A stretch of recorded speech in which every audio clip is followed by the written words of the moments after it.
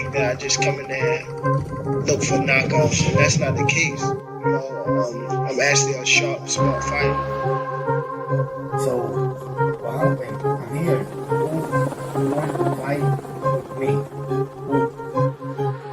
I really don't care who's in front of me. I don't feel like no fighter can beat me.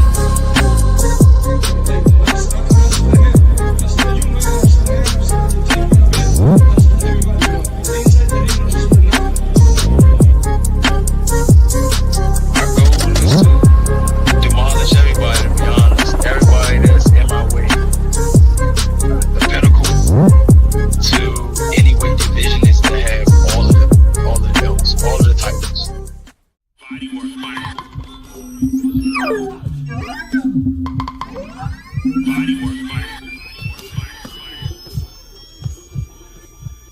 Welcome to Bodywork. Welcome back. It's Michael Rogers. Welcome to Bodywork Boxing. It feels so good to be back. Man, every day in the land of the living is a good day to be talking that good old boxing. We had some fun last night, man. Had a great show. One of our best shows last night. Had a lot of different voices, you know, giving their opinions. You know, everything stayed in control. People agreed to disagree. We had a lovely little dialogue, and I was just chilling today. I normally don't be doing nothing really on Saturdays. Like every now and again, I used to really call the fights and stuff like that, but I stopped doing it because it takes away from me actually enjoying the fight, and I be wanting to know what I'm talking about. But salute to Cookie Monster, Bodywork, mic check, 1 2 1 2, sounding good with the thumbs up. I appreciate you. You know I'll be needing that mic check. But I was just chilling, man. You know, I was watching a little boxing earlier. I was trying to find that Speedy Rashidi and Javier Fortune fight, but I couldn't find it. And I did wind up seeing that Buatsi fight. I saw that Lyndon Arthur fight. And Lyndon Arthur fight was kind of interesting, man. Zach Parker was actually piecing him up. And Lyndon Arthur wound up coming back, man. He was one of my favorite punches, that uppercut. He started cranking that uppercut, man. But I thought Buddy was going to get him out of there, Zach. I thought, what's his name? His name was Bradley Brea. You know, from across the pond, man. Sturdy white gentleman, you know what I'm saying, was piecing Lyndon Arthur up, man. Lyndon Arthur wasn't having a good reaction to his shots early, but he weathered the storm. But he had a busted up nose. He wound up busting up old Buddy nose, but that was a scrap, man. That was a good old scrap. I said, oh crap, we got something. That's why, you know, when you're a boxing junkie, if it's on, you know what I'm saying, it's decent, you're gonna watch. You know what I'm saying? It's nothing like it. But what's up, AC? What's good, bro? Salute to the chat. Salute to Cookie Monster. Yeah, let's get into this, bro. You know, I had asked a question last night. We was asking about all the matchups. And we were, you know, I asked Rich, that had joined us. I asked him his opinion about what he thought about Boots, you know, and because I'm a fan, I'm just not an only fan. Yeah. And I've still been kind of wondering, and I noticed that camp, it's not Boots. So I want to be clear when I say this, man. I don't think it's Boots, but it is Boots by default because it's his team, and he's in charge of his team. You the quarterback, you the star player, you the MVP, so you're supporting cast like you in charge of your supporting cast. You're responsible for your supporting cast. You know, so I don't think it's Boots and not necessarily like him personally. But I think it's them as in a nutshell. It's the people that advertise for him. It's the people like Eddie that's making these decisions for him. And a lot of people that's talking for him don't need to be talking for him. Yeah. You know what I'm saying? I'm like, man, for those of us who follow the bouncing ball all along, when we watch certain things and we heard certain things, we like, hold on, man, you trying to pour the water over our eyes. It's like, so now we got to go back and investigate. And I noticed, that's what I noticed, and this is another reason why I wanted to get on this. I noticed that by default, a lot of the people that are going for that, and now this happened in fan bases, but a lot of people that's going for Devin Haney happen to be people who like Boots, and since they like Boots, they don't like Norman. So in this fight, they're pulling for Norman because a lot of them can't really tell you how Devin's going to actually win. They don't give no thought. It's like this is a enrage just because they don't like Norman. They're going to default over there to the Haney. Now I know it's a lot of people that default to just wanting anybody that can get in the ring with Devin to just whoop his ass because of his dad. In the case of Boots, it's not like that. A lot of people love Bozy. Bozy is a real cool dude. You know what I'm saying? Even Boots is a guy that Boots don't give you nothing that you dislike about him. Yeah. So before people start whining and crying, you know what I'm saying, and putting out the Tampax, you know, and the Kotex, this is not one of those sessions where, like, this is not driven by us actually, like, not, or me personally. I have nothing against Boots. You know what I'm saying? Like I said, I supported him in that Imagine Stanyanis fight. I went to the fight. You know, Philly is like a hop, skip, and a jump. Man, it don't even take what, an hour and a half from here to get to Philly, from Baltimore to Philly. You know, it takes nothing. So if there's a fight that I really want to see, then I'll go and I'll, you know what I'm saying? If we drove all the way up to Atlantic City, which is about 3 hours, then we'll definitely drive an hour and a half to go up the street to see him. So this is not one of those, and Boots is not one of them guys where he's annoying or he get on your nerves. Like, no, he's a gym rat. Like, he's a gym rat, you know what I'm saying? You really don't know too much. He probably got one of the hardest logos. You know, I love his logo and that designer shit. Maybe not necessarily some of the ring outfits, you know what I'm saying, with that skirt type stuff. I don't like that as much, but as far as the colors, the logo, stuff like that, Boots is fly. You know what I'm saying? Boots is a gym rat. Boots got one of the best offensive arsenals out there. So don't get this twisted, because that's what a lot of people, when a lot of people can't defend themselves intellectually, they default into actually saying, "Ah, man, he just hating. Where's all this hate coming from?" No, you know what I'm saying. Use your mind. Use your mind.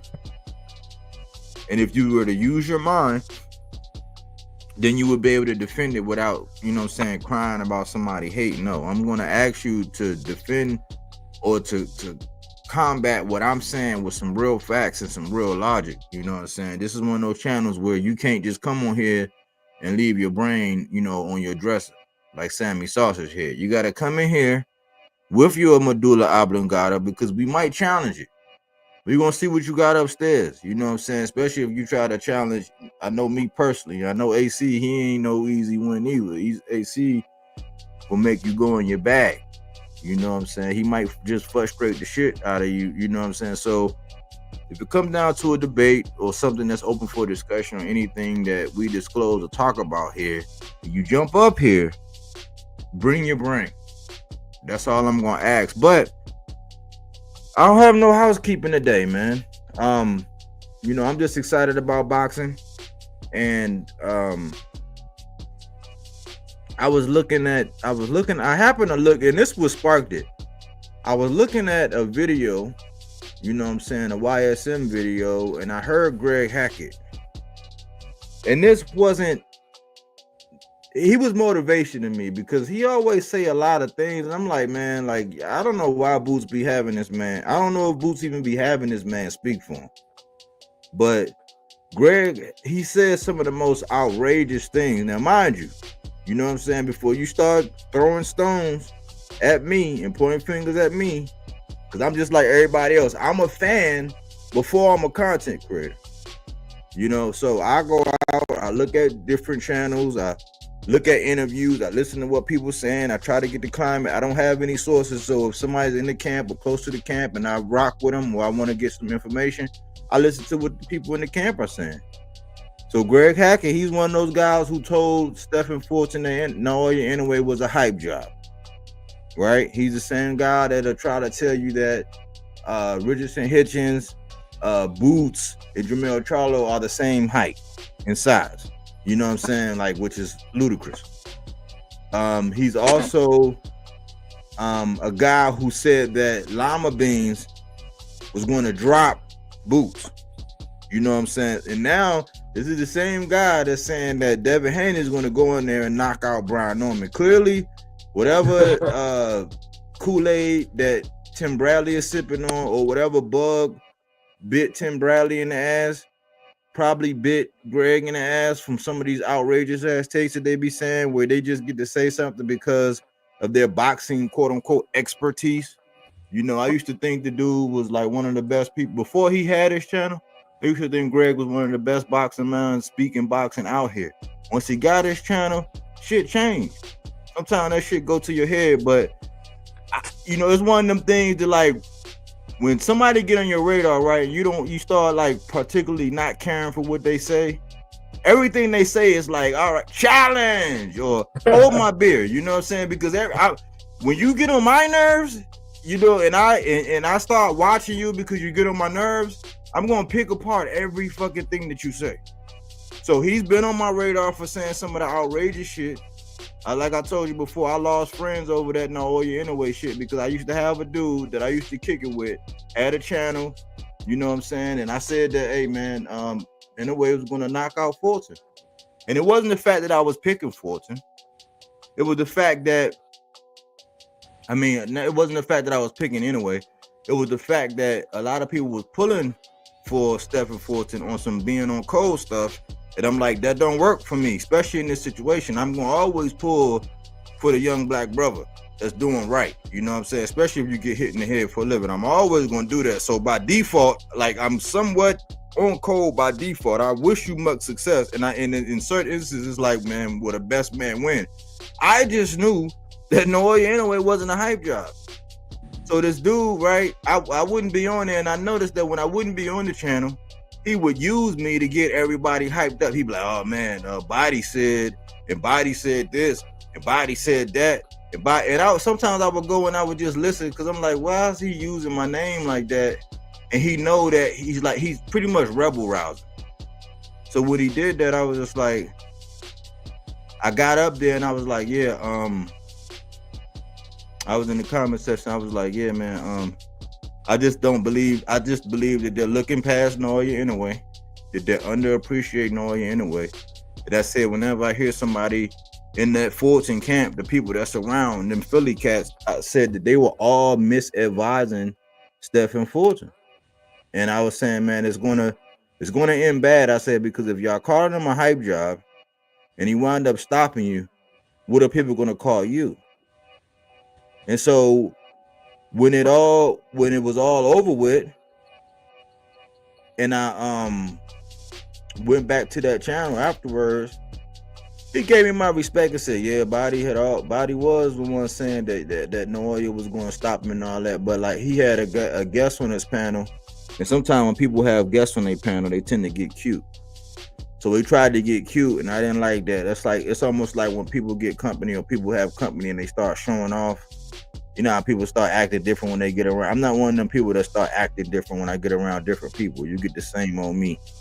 And so I was just like, man, fuck this dude, man. He wasn't really bringing nothing. And then I seen that he's like part of this, like, he's part of the echo chamber that just sit around, like that water cooler talk. It's like the same old, like the in crowd. He's part of that in crowd where they group up, they link up.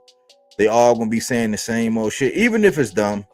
Cause just like that, Naoya Inoue was a hype job. They had a lot of people echoing that shit until Naoya Inoue proved them wrong. And guess what they said?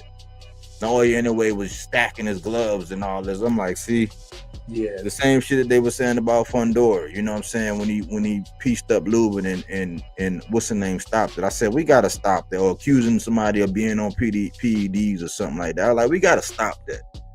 But yeah. I find that. Go No, ahead. I was just gonna piggyback off of the Stephen Fulton thing because I was over on channels at that time, like, bruh, I'm trying to tell y'all, man. I hear what y'all saying, and y'all saying the slick black fighter versus that European style. But I got solid history that say that shit don't always go down like that, and y'all tripping to think that this dude in a way is not gonna beat Stephen Fulton. I said, bro, I think he might even stop that dude, bro. Like, y'all niggas don't know, bro. I'm telling you, man. And dude just like, I hear you, AC, but yo, we going with this and we going with that. I was like, okay, respectfully, okay. But that was a fun matchup to talk about, because if you knew who Inoue was, you just was sitting back like, I hear what y'all saying, but this shit ain't gonna go the way y'all think. For real, I respect what you saying, bro, because anything can happen. This is boxing. He could be in camp working on a whole lot of shit, but nah, man. I don't think he got enough time to work on everything that he needs to beat Inoue. And then when you heard about the time period of when he got there, it was like, oh no, you definitely not gonna beat this dude, bro. Yep. He gonna stop Didn't you, respect man. that. Yep. He gonna stop you, bro. Like, for real. Didn't respect the acclimatization. Didn't, and then doing the weight, like, there's just a bunch of stuff. But and this cat, I bring this cat up, and I had memories because it was a time when I could have went to boots camp. Like when I could have went, like, but I had to work. That's when I was still on the plantation. I actually had to work. But long story short, I don't really mess with Buddy no more. You know what I'm saying? Even though I don't have no ill will, I just don't like funny people. You know what I'm saying? Especially when you show me that you funny style. You know what I'm saying? But listening to salute Smoke. But listening to Greg, it kind of salute. My fault, bro. Salute. It's all good. It kind of motivated me once I heard him, and I'm gonna play this, and we're gonna kind of go backwards because I'm not gonna start with the Normans. I'm gonna start with my hypothesis about how it's not something I haven't said before, but the hypothesis is these guys are not going to get Virgil.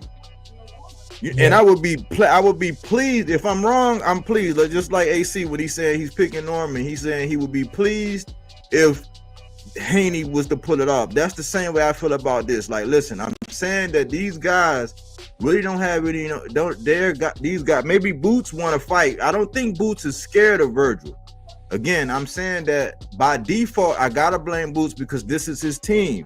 But when I look at Eddie and I listen to the people that are like the voice boxes for him, I think that they got it wrong, man. They're going about things wrong. He should definitely get Greg to stop talking for him because I'm gonna pick his ass apart.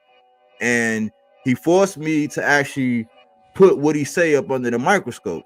One, because I don't like his takes no more. I only like them sometimes. I like some of the analogies he used, but I realized that he's doing the same shit that Tim Bradley be doing, where they have good boxing brains, but they're trying to use their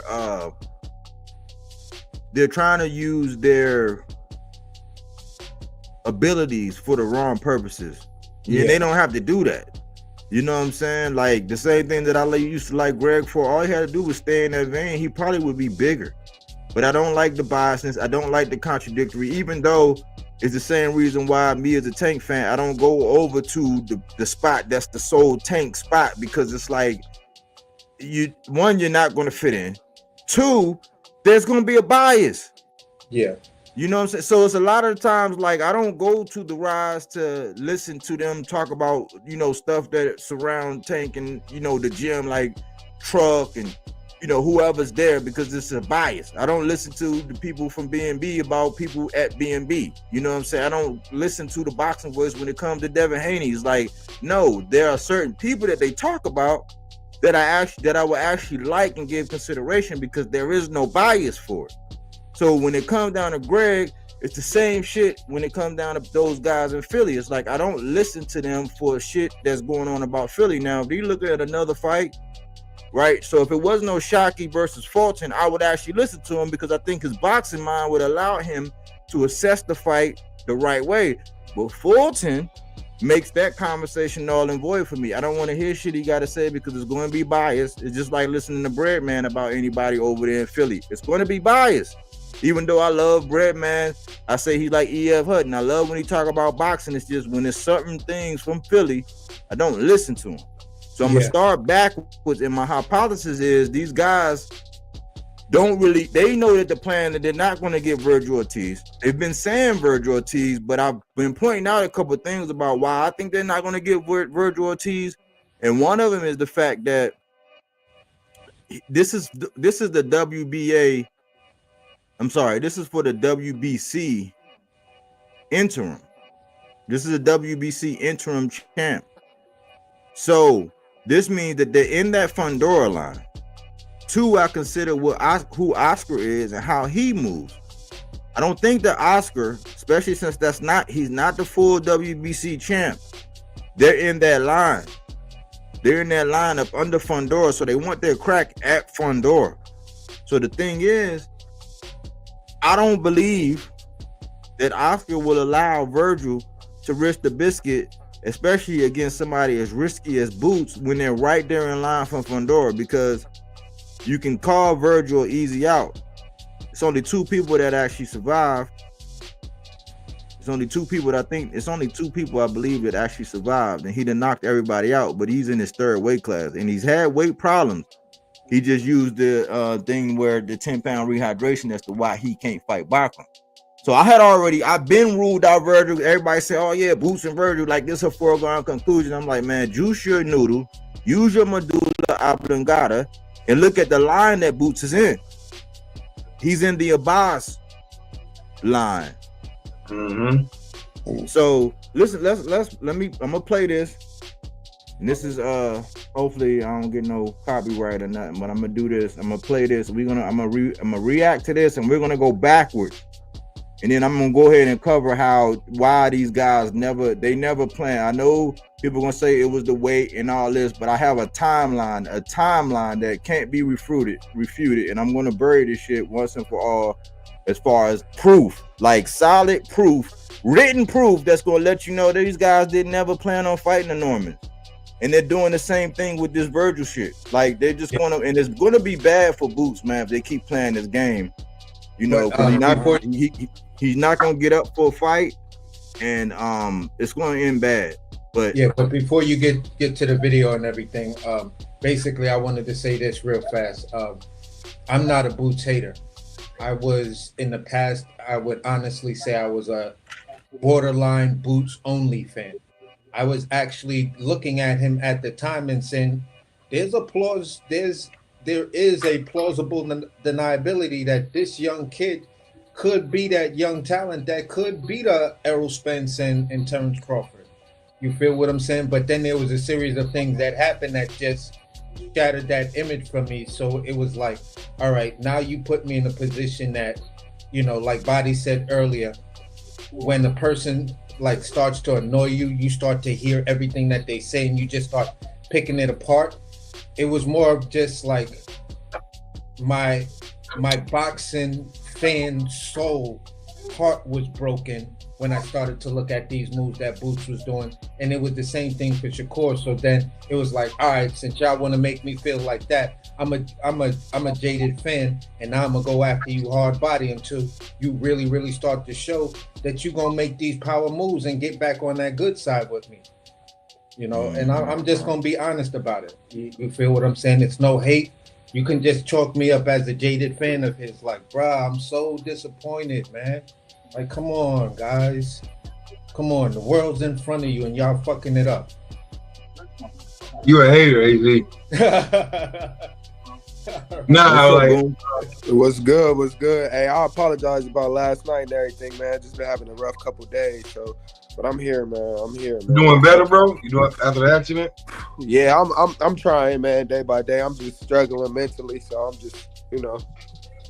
But I'm here, you, man. It's all we had those days, bro. It's no harm, no foul, man. But yeah, it for me, look, I'm not a hater either. This is me at the fight. So I spent money. I'm not a hater either. This is me at that fight. So I'm not a hater either. So that's just the FYI, but we put everybody on the scale. You know what I'm saying? A lot of people say, "Oh, I'm not biased and this and this and that." It's like, no, because this is where boxing is at, and a lot of people are trying to do what they seen other people do who've gone and went before them. And so it's a lot of things, and I see that this is going to get toxic when it come around, because it's just like it's a beehive, it's a beehive. You know what I'm saying? So that's why I'm doing this today. But no further ado, I'm gonna do this copyright disclaimer under Section 107 of Copyright Act 1976. Allowance is made for fair use for purposes such as criticism, comment, news reporting, teaching, scholarship, and research. Eureka! Fair use is used permitted by a copyright statute that might otherwise be infringing. Nonprofit, educational, or personal use tips the balance in favor of fair. Y'all know how I be doing with that. I be trying to tip the balance in favor of fair. So I'm gonna play this, y'all. So let's react to this. Here we go. Let me see. All right, so look like deals in place. Marco Montezaya, Josh Kelly. That fight, well, the first bid was supposed to be this Thursday. It was last week. They pushed it back to get a deal done. And shockingly, shouts out to my man L Dub the Plug, because he predicted this. Eddie Hearn pops out of nowhere. He doesn't have to either fight or under contract, but he's going to promote the fight. We all see where this is headed. It's only right. Showdown with Geronimo. It's only right. What's your thoughts on that fight? So he's saying it's only right now. The thing is, they saying Eddie jumped down on the purse bid, and he gave a shout out to L Dub, the same L Dub that be stopping through sometimes. So shout out to L Dub. He be on that boxing shit. He be doing a lot of that administrative shit, a lot of the he do breakdowns. Shit, a lot of foundational shit for boxing. He do real breakdowns for real, just like you, big bro. He do real breakdowns just like you, Body. Go ahead. Yeah. So shout out to him, and he said he predicted this. So Eddie Hearn jumped down on this purse bid and won this purse bid between Bakram and Josh Kelly, and they're saying that okay, rightfully so. So you see where this is heading. My only issue with this is Boots had the IBF. Bakram hadn't got a fight for the last year. A little bit of everybody, we went through this to where everybody, he said, nobody stand on business. Everybody said they want to fight me, and then when it come down to business, they don't want to get it done. You know what I'm saying? So his reputation is preceding him a little bit because of what he did to Tim Tszyu. Some people say, oh, we overhyping him or whatever. I'm just saying, man, get the man a fight. You know what I'm saying? He has some momentum. He'll be a good name, a good pelt on the wall. Get the man a fight. And you were in position, just like we say to everybody else. The same thing I was talking about Richardson Hitchens the other day when I said, if he don't look sideways and try to get the unification, use the IBF, go up and get the dude Crocker.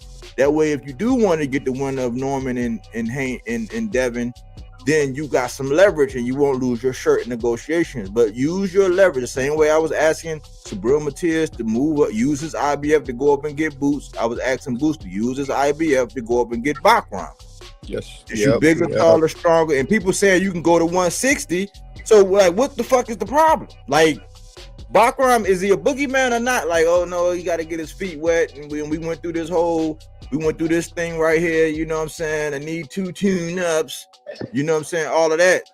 So the issue is you had the bird in the hand, which is the right to be able to go to the IBF, petition the IBF to set it up. Now they gotta approve it, and more than likely it'll go through because the man couldn't find a fight. Y'all just gotta work out the money and all that. No harm, no foul. You the money man. He's the boogeyman. You need a name. He is the name. You could have did that. You didn't have to wait for Eddie Hearn to go do this for them to come around and say it's only right. So this is where we at right here. And the potential ramifications that come with Eddie Hearn sliding in and to promote that fight. In all honesty, people were saying Eddie got to do more. Eddie got to make sure this. Eddie got to make. Now it's time for Eddie to do that. In the beginning, Hold on. Now it's time for Eddie to do. Eddie should have been obligated to do that. This is the mind game, the mind fuckery. Eddie didn't have to do that. You know what I'm saying? Eddie was just trying to see what he could. What Eddie was doing was testing out the strip, see what's going on. If I put some new work out there, what's gonna happen? I mean, how people gonna react to it? Or they like it, but they only like it when when I package it up like this. All right. In order for me to give the people what they want instead of some shit they just like, I gotta put some extra on there now. So now that's what he's doing. He's doing what he's supposed to do. If Eddie would Captain Obvious, when you're dealing with somebody like Boots, who's high risk, low reward, you already know you gotta sprinkle something on it. You know, people like boxing is a very dangerous sport. So for one, if you got all the advantages and it's looking like Boots just about to put a demo down, what make you think you could shortchange people? That's why I was saying, like, when we was hearing about some of the low ball offers and all this bullshit, it's like, man, like we don't believe Boots is scared, but it's like we can't clamor for a fight if you don't want to pay nobody. Ain't nobody gonna go in there for a large fry and a milkshake. You know, just to be drinking through a straw, like, or you know what I'm saying? Like, they're not gonna do that. So now he's saying, oh yeah, now Eddie gotta put, like, no, that y'all, because that means all of them times, like with the Conwell offer and all this other bullshit, we gonna go over this timeline once and for all, so it'll be a stake in the ground for this. But all that bullshit Eddie had been doing before, it was bullshit because he was lowballing people. And yeah, you could say, like, now we're starting to see that, yeah, man, sometimes you might just have to take that low bread, but like, come on, man, if we're gonna be reasonable in the sport of boxing and compensate people because it ain't no health insurance, it ain't nothing, like, you could have just gave somebody decent pay. You ain't gotta break the bank, but we knew all them low ball offers was you just trying to smear people and not pay them, so you could just say, oh yeah, we sent them an offer, we checked that block, now this is why we're gonna fight this guy that don't deserve the motherfucking carry Boots but jock strap. He offered early on, he wouldn't have that move now. He wouldn't be able to do that right now. He did that first. So you gotta let it play out to see, okay, how am I gonna have to go about getting him these opponents or these belts or these fights that he wants? It's chess, not checkers. What do you call it? Master plan. That's what the Lima versus Boots was billed as. It's chess, not checkers. I gotta get the pawn out the way. Pawns out the way. Gotta get them out the way. That's how. So all that bullshit about he was a good fighter, now they coming out and telling the truth on some hindsight. It's 2020 ass shit. You know what I'm saying? Well, we knew in real time who the fuck was Lima. Like, I'm respecting him.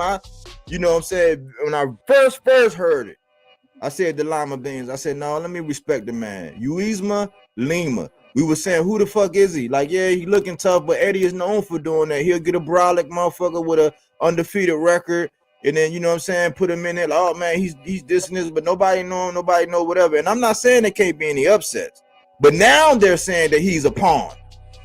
When we knew that, because we're talking about Boots, the second coming of Roy Jones, the version of Bud, he's Bud / Sweet Pea / Roy Jones, like, that's who we talking about. So I was saying, if we got all of that in this fighter, why are we fighting a guy that nobody knows? So now Greg is confirming that he's a pawn. In hindsight is 2020 looking at. No, they the first to go, ain't they? On the board? Yeah. All right. Well, they the first they usually go, so that's what he's playing. I think it's So this same guy is calling Lima a pawn now, but it's the guy that said he was going to knock Boots down. This is why I be saying I be lighting fire on their ass when they be talking, because I'm like, we don't believe the shit you be saying in real time. Like, stop gaslighting us all the time. Smart move. So it seems like BBC, of course, they got their real estate. They got their Charlos, they got their Jesus Ramoses. Yeah, I don't know who you want to tell us with, but you got Fundor, you got Lubin, you got Keith. Yeah. But now you got Eddie snatching up the winner. You got Madrimov, and you got him also negotiating with Abbas Baru. Yeah. Why not?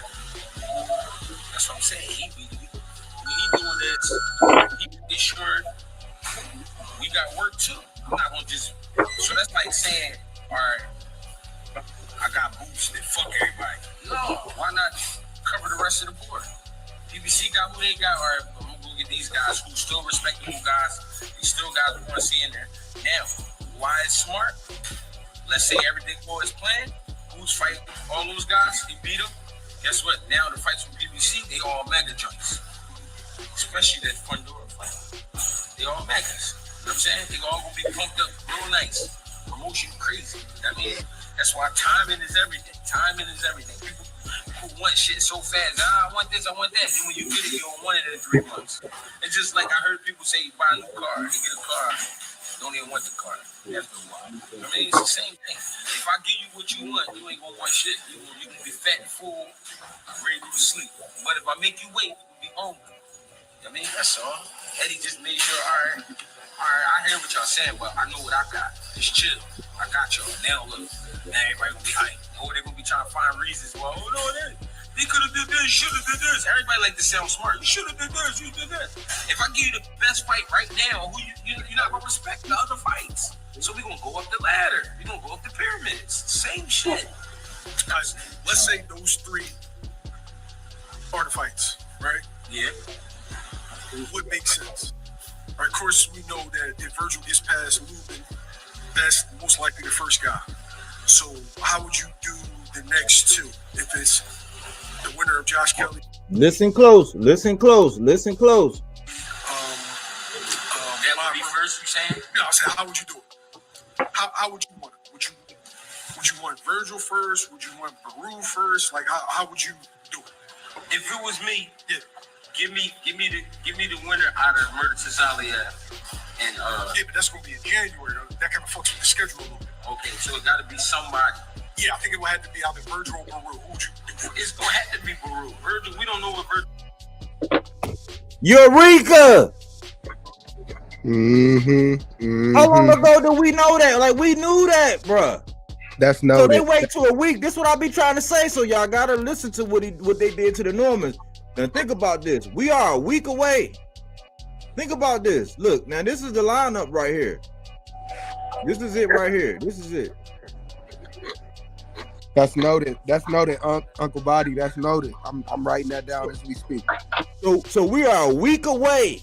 We are a week away, and now these dudes want to come online like they got some common sense, talking about well who is what, and they know that Bakram and them, and that's January, but that didn't stop them from using that. You know what I'm saying? They've been talking about Virgil all this time, and they were saying, nah, well, it's gonna have to be. It's gonna make logical sense. It's gonna be Baru. This is what we knew. Yeah, We've been knew this. yeah.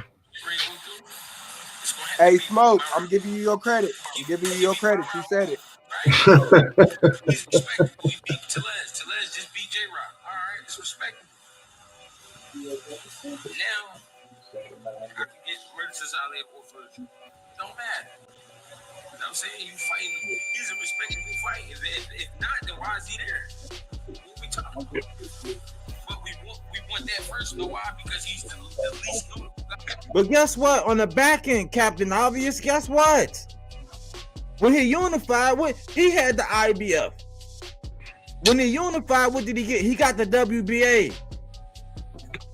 So you're gonna wait for Eddie to win the purse bid over Josh Kelly and all that. You could have used your IBF and fought Bakram right away. You had the WBA. You could have petitioned with the WBA to move up and fight whoever had the WBA and get in the mix right away. So what are we talking about?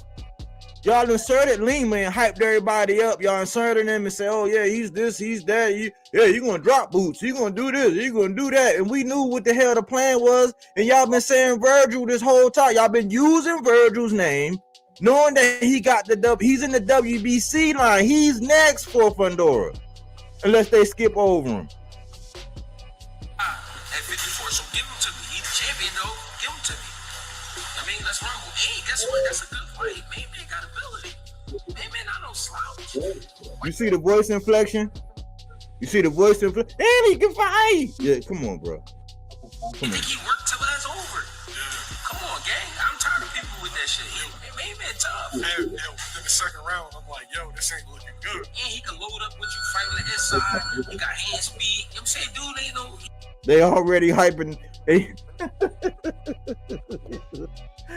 Oh man, I can't help myself, man. I be noticing patterns, man. I don't know if somebody was trying to say something. I ain't gonna play like that's in. It's like what 5:43. That's 5 minutes and 43 seconds of that video. It's only 6:14. I think we heard what we need to hear out of that. Did anybody have anything to say about that part?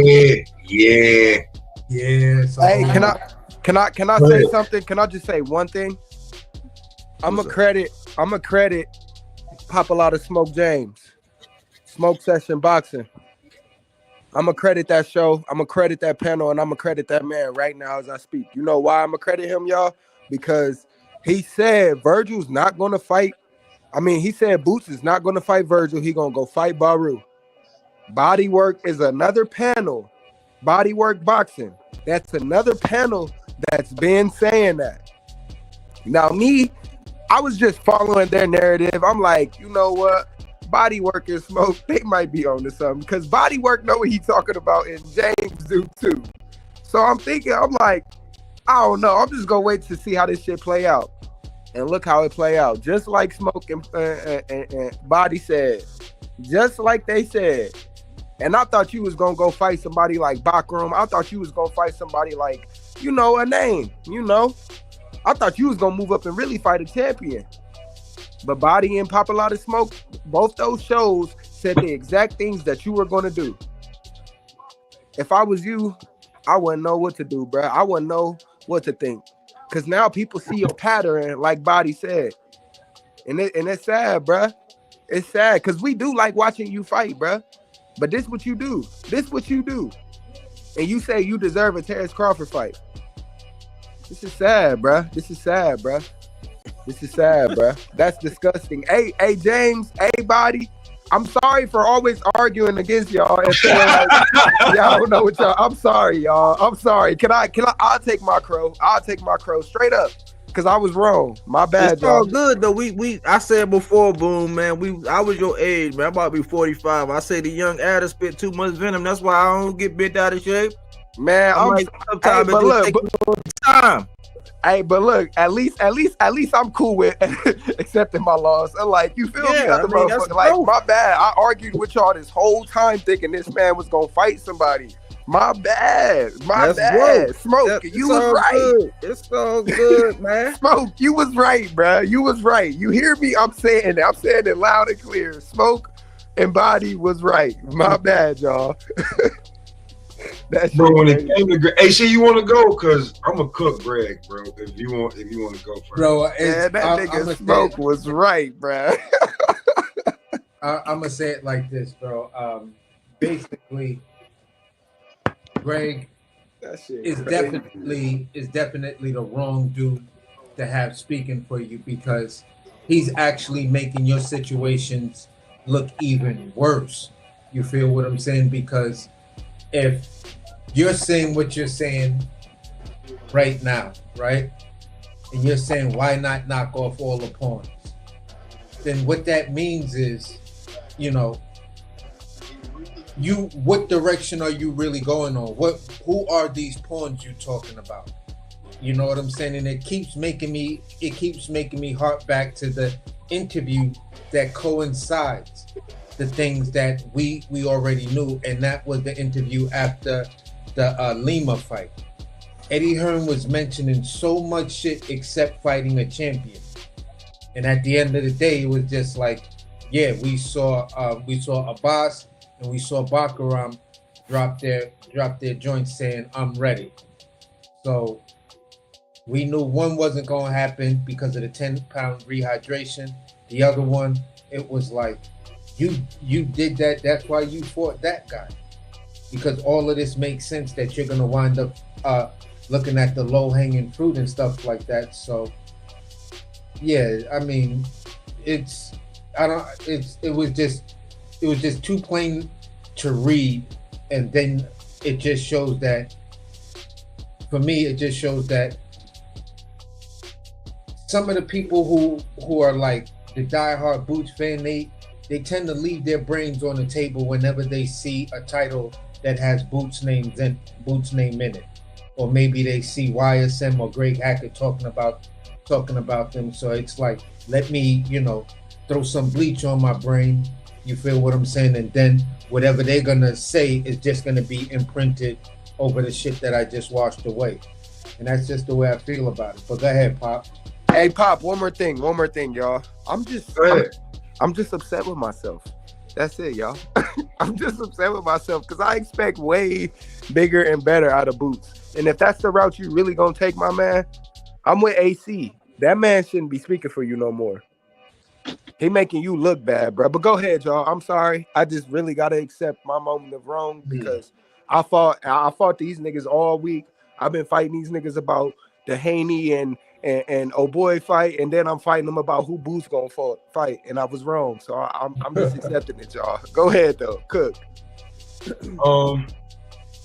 First of all, right, I'm over here chilling. Got my little tequila. I'm chilling. So I ain't gonna tell you no lie. Y'all remember when I broke down when Greg Hackett kicked off Rachel? Yeah. Yeah. And he said, "No, I didn't do that." With a straight face, looked right into the camera and said, "No, I didn't do that."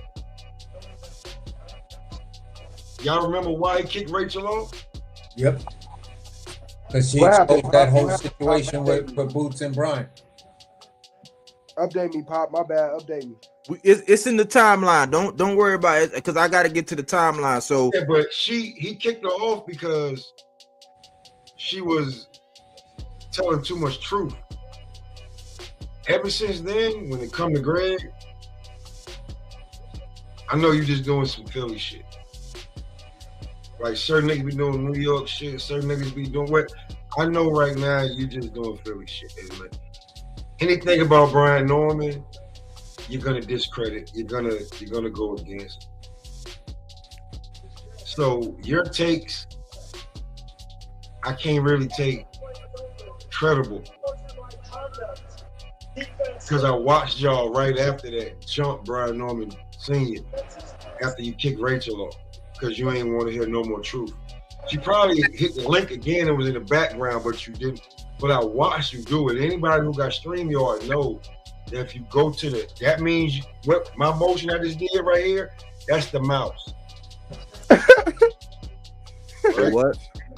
Like when you sit like this and then you move, that's the mouse. Like I just grabbed the mouse. Now I'm moving the mouse and I'm looking because I'm going to go boom and boom. And when I do that, and then I do this, and then I come back, yeah, you just kicked her off. So you ain't been solid for a minute. You're standing on 7 toes. When it comes to that, right? YSM is YSM, but Greg, it's different. Just being for real. Hey, go ahead, Smoke. Go ahead. I'm just saying, like when it comes to Boots, I did watch and I did make some calls and was talking to people that fuck with Lubin, and they was like, Lubin is not passing up on this fight to fight Barker. He's not taking no step aside money. He's enforcing everything. Like if Boots want to fight Barker, we got to get in line. That was Lubin before.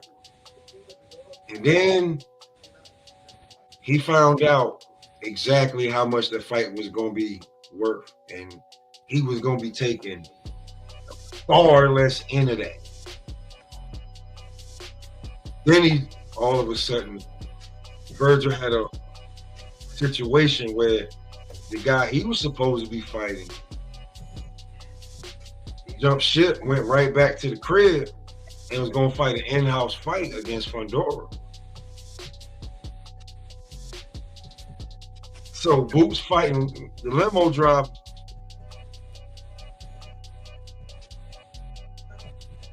And here's another thing. If out of all the other champions, Charles Conwell on some real shit spoke to somebody, that was one of the biggest checks he was going to see in his boxing career. But he thought he deserved more. Hey, can I ask y'all something? Oh, let me say this. Go ahead. A guy, me and AC was arguing. A guy that fought tonight. Y'all know who fought tonight? Buatsi and Parker. No, a guy that was supposed to fight Boots on that big stage. You know who he fought Rashidi tonight? Ellis. Rashidi. Oh, okay. For far less money, no promotion, no, like, I can't even find the fucking streaming app. I can't find any replays on it. Man, they calling that nigga a Facebook fighter, all type of shit. But nah, what's up with this? What's up with this Charles Conwell slander? Like, what did he do to the boxing niggas that got them so pissed? He lost. To who? His last fight. The Perez dude, I think that's his name. The dude that Xander just beat. That no fucking way. Yeah. You just had a bad night at the office, man. That's it. And like people want to say Charles can't punch now. Nigga, Charles lost to the nigga that Xander just beat. Mm-hmm. For the belt. Yeah. Whoa. So, boom, you see the musical chairs that's going on at 54. This is why I said Book should skip 54 and go to 60, because no matter what you do, you're gonna get criticized. But if you go to 60, you jump in the curve. They can only say so much. But now, the Charles Conwell, they offer Charles Conwell one of his biggest paydays. They offer Rashidi one of his biggest paydays. Rashidi's probably gonna end up with like 15, 20 grand off of this fight that he had, like nobody saw or nobody heard about.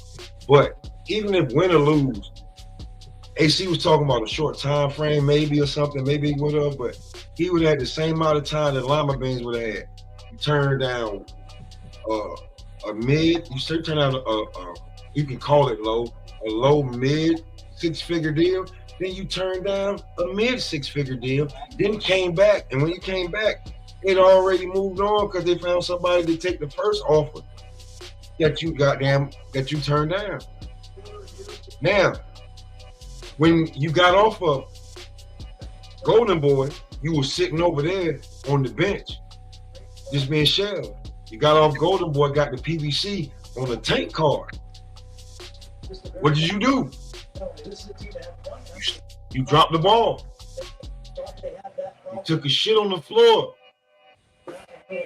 You did. So ever since then, you've been, and the Boots fight was lined up for you next. Y'all niggas was arguing. You wasn't even talking to your goddamn opponent. Y'all was arguing. So you fell all the way through the floor to the bottom. You was fighting on the combat league for $3 grand a round. Hate to be hitting you with the page, but you fighting $3 grand a round. You catching good sparring sessions. It was your chance to get on the big stage, headline a fight, a card, headline a card, and you fight one of the young up and coming stars. Sometimes you gotta take the situation at hand, because now you're fighting Javier Fortuna, a blown up lightweight. A blown up lightweight. That's who you fought. You fought Javier Fortuna, an old blown up lightweight. Nigga could be 50. Instead of going in there with Boots, win or lose, and keeping your damn status going. Because Josh Padley taking the Shakur fight on a whim, got a deal. There's certain things you gotta do. Give a little, get a little. I don't know if the whole thing is,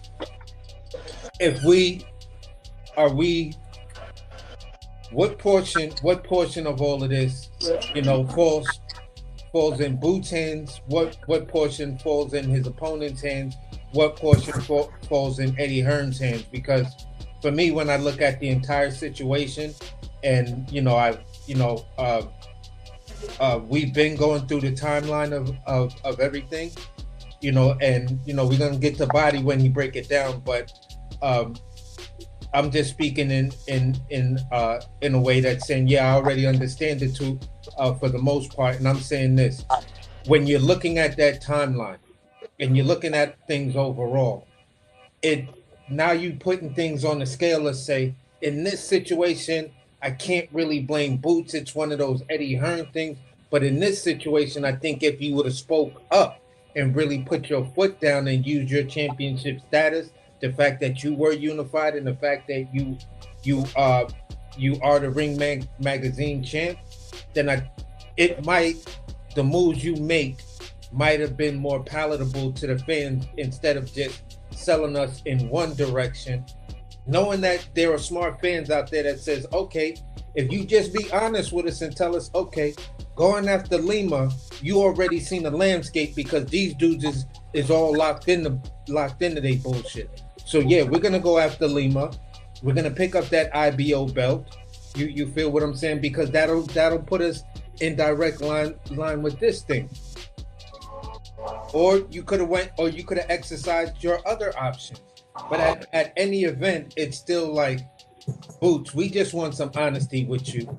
So we can give you the carte blanche and say, maybe you need to go to a different camp because these guys really don't know how to work with the talent that they have when it comes down to you. They don't really understand the level of Philly devotion that's out there for you.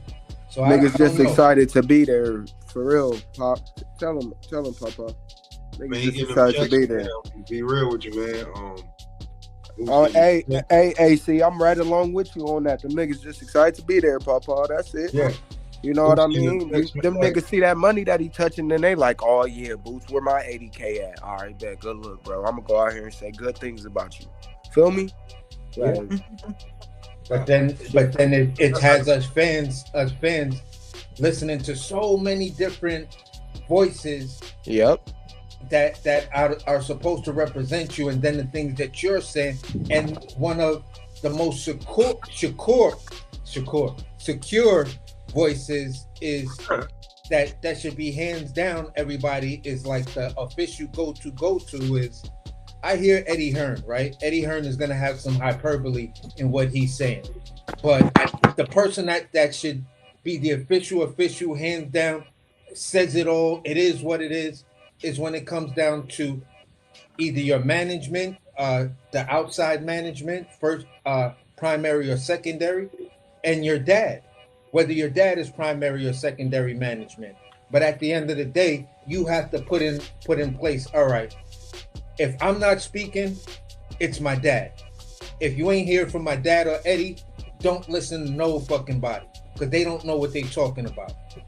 And if you can define things like that, and then have a conversation with Greg, listen, if we ain't tell you what it is, don't try to put the cart before the horse, because Greg's a content creator now, bro. That's what I'm trying to tell you about him. Like, look, if you're gonna take the carpet off the floor, just make sure you start edging out the outsides first, making sure it's ready and completely, unsealed from the ground. Don't just rip the shit up, dumbass. Yeah, because sometimes they glue that shit down. Exactly. Greg, listen, bro. Greg's a content creator now. Greg getting that check every month. Now he out here driving. His numbers looking decent. Yeah, man. Say what you want, man. But once guys start getting that check coming in, and they see they got to keep it coming in that same way, he's a content creator, bro. He gon' like. Do I think he believe a lot of the BS he's saying? Sometimes no. But I definitely think when that check come in, he be like, yeah, I'm gonna keep this going. I mean, I don't knock him for promoting or advertising this guy. It's just like when you start over embellishing and you start saying some of the things that you saying, and then we see something, it's like, okay, so in real time, the next time you talk, we're gonna be like, yeah, okay. It's like you depreciate in my eyes, like when you do that.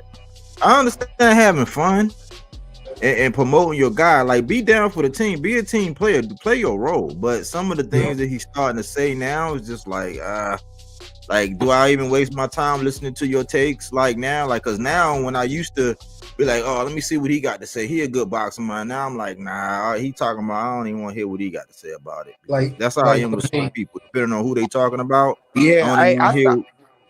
I stopped watching him way back, like when I think it was like 2021 or 2022. He had said that Boots was ready for what's his name?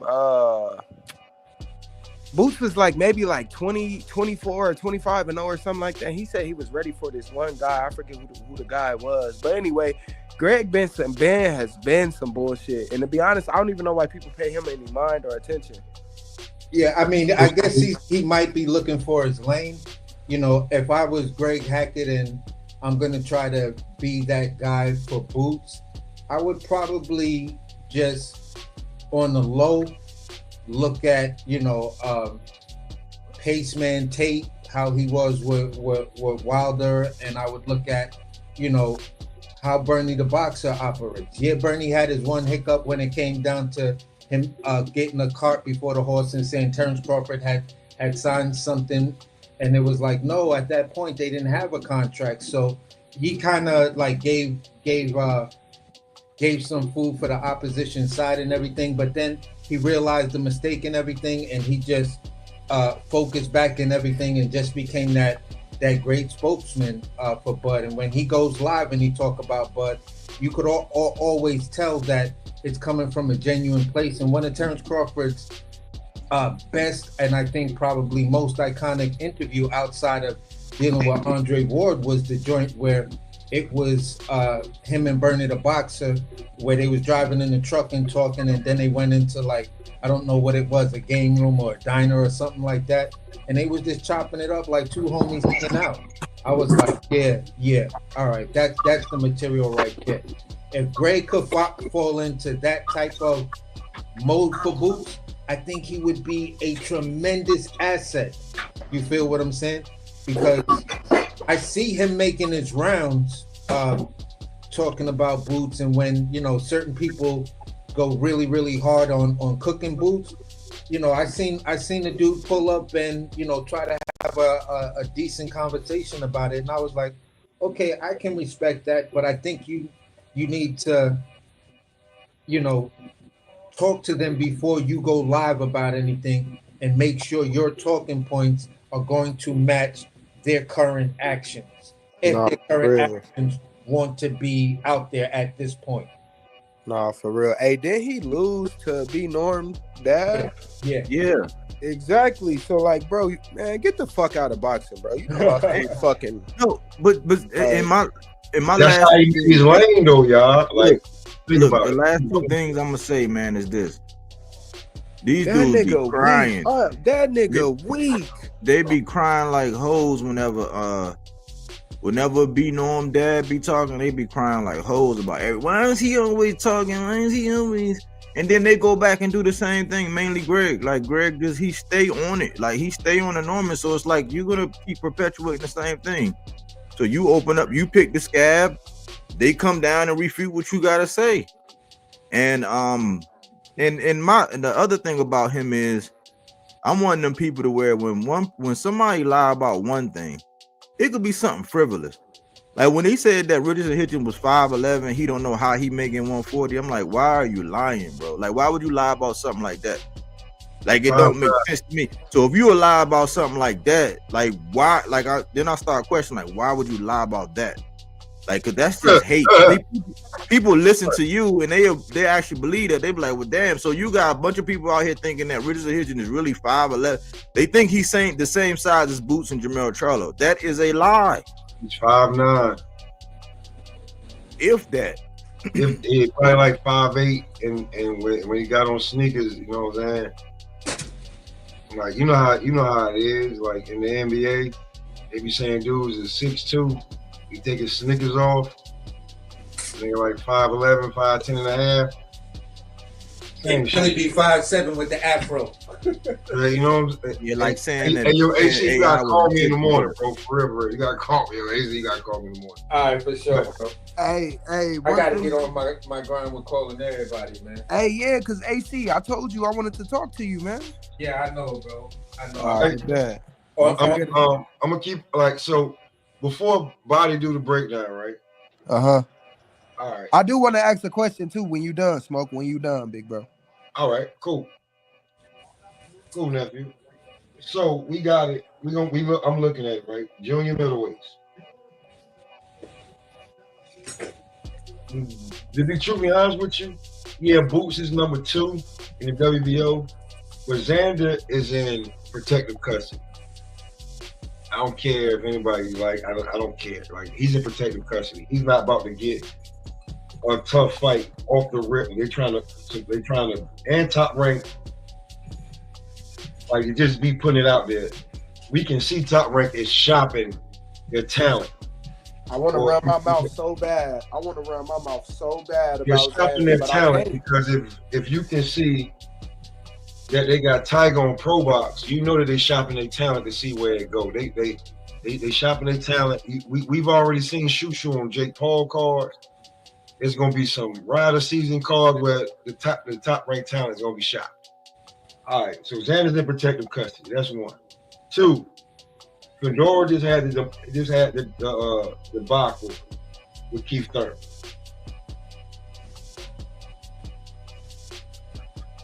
So we know that Tellez losing to Abbas was not in the plan. Abbas was supposed to win that. Tellez was supposed to win that fight. And again, when Book was trying to fight him, I hate to say it, he was busy. He had a fight. Then after Boot signed, he didn't have no fight. Then he had a fight. But anyway, let me just move on. So we see that right now. Boots is the interim WBA champ. Not even the regular, he's the interim WBA champ. He's ranked number 5 in the IBF. And number 1, number 2, nobody's there because Lubin stepped away. Boots is number 2 in the WBO. So when you look at it, calling out Bachram and him and Josh Kelly, if I'm not mistaken, just went to a purse bid.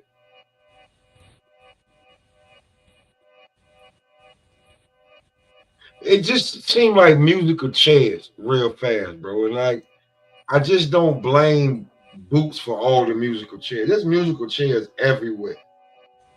Top Rank trying to find a complete home. PBC probably gonna have an in-house fight if they can't get a bigger fight where somebody gonna spend some more money. The WBA is definitely entertaining a Boots or Boss fight because that's gonna be big money for them, and Eddie can control that. A Bachram fight could be in the plans for Boots, but it's definitely down the line. Yeah, Bachram is, according to Eddie, Bachram is no time soon. Bachram is down the line. You know, probably early 2027 or some shit like that at the very earliest, because he also gave some timeline about 2028. So and that's the promoter. Like you know what, AC, Boom, you might be a little young for this movie, but I mean, do y'all remember the movie Against the Ropes? Hey, can y'all hear me? Can y'all hear me? Yeah, we can hear you. Do y'all remember the movie Against the Ropes with Omar Epps and Melanie Griffith? Yep. When the last time you seen that movie? Because I watched it on YouTube the other day. Bro, it's been years since you watched it. Yeah. But when I went back and watched it and seen shit and watched it, be like, yeah, bro, that's like, yeah. In boxing, that's how shit be going. Like, the guy the champion wants this guy. The promoter's like, you fight who the fuck I tell you to fight. You know what else I watched this month? The Great White Hype. It's funny as hell, but yo, and that's real shit. Yeah. Niggas think that shit's a game. It's not a game. That shit is how they be telling you, sit your black ass down, nigga, Sit your spick ass down. Sit your hick ass down. You fight who I tell you to fight so I can make as much money off your ass before I get rid of you. And if you don't got 10 toes down, and certain people, like certain boxers, are anomalies, bro. Hey, here's my question. Everybody just say one name, and that's it. Just one name, okay? Who does Boots fight next? Just say one name and why. That's it. Abbas. AC. Abbas. Body.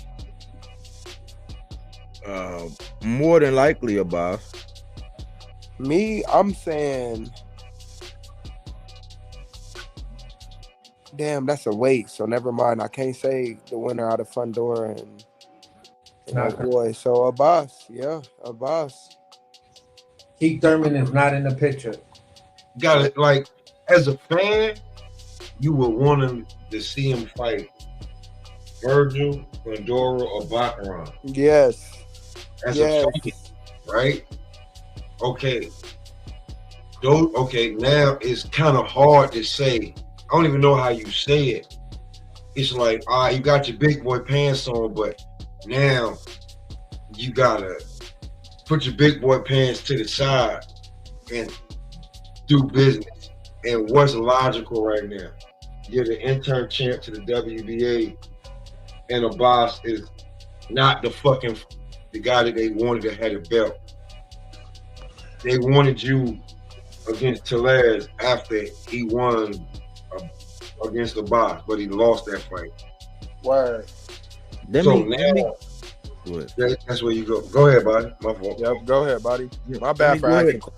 Let me do this because it's some interesting things in this timeline, man. Just so we'll open it up and just freely cook. But it's some things I want to go over so that we looking at everything and a lot of time from my perspective, huh? I said, AC, check that chat. AC, check that chat. My bad. All right, I got you. Yeah. So it's a lot it's a lot of things from my perspective when I be looking at things and how funny it look. That's why I want to do this and have this on wax. So look at this. Check this out. This the timeline. Like this is it. So Boots win Roman Vida, the interim IBF title. That was 7/8/2023. Right. On 11/20/23, he's elevated to the full interim IBF champ. On 5/18/2024, Norman KOs Santillan, and that's when he's the WBO interim champ. On 8/12/2024, that's when Norman is elevated to the full WBO champ. 10 days later, think about this. So you want to juice your noodle. He just got the full. He just got the full status. He's the full WBO champ. 10 days later, they get an offer on the 22nd. 2 days later, they denied the duck allegation because everybody was online was saying that they were ducks. And he claimed that they were still like basically responding, saying, nah, we just want this. You know what I'm saying? Like, and that Team Boots stopped responding. Now, I want to ask you guys something. When somebody typically gets a belt, especially when they actually have a belt, I don't know when the last time we ever seen somebody get a belt in that fast. Like, soon as they get a belt, it's going to be up for unification. One that never happens. It's almost just like back-to-back unifications.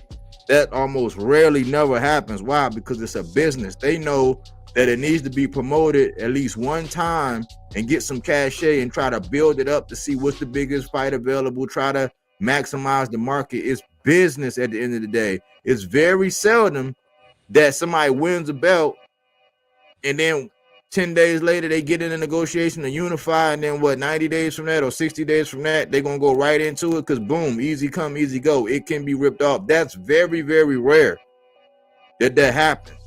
So on the 12th, he got elevated to the full championship. On the 22nd is when they get offers from Eddie and them. The 24th is when they come out online because everybody's saying, oh, yeah, Eddie set that fire and put it out online that, oh, yeah, we sent them an offer or whatever. They don't want to fight. They ducking. On 8/29, 5 days later, the IBF purse bid, Innocent Karen ordered for 9-3. That's 5 days after. That's actually 7 days. That's a week before the purse bid was ordered. You gonna try to sit here and tell me Eddie and them didn't know that was coming down the pike and that's why they sent out that offer? How long do it typically take for people to actually come to terms and agree on an offer? Most of the time it takes more than 7 days, bro. Like that's some long-term shit where everything been built. It's like y'all have been to the table so many times.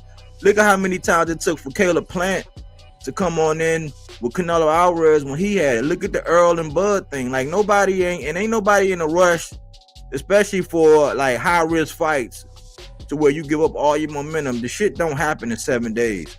That's the first red flag, and it's typical Eddie Hearn shit. So anybody that don't want to believe that, but then also that on 8/29 is when the IBF ordered the purse bid to be scheduled for 9/3, and it said, and I put peep the IBF rules. So let's peep the IBF rules so we can learn something. The IBF rules under let me see. That's for the exception.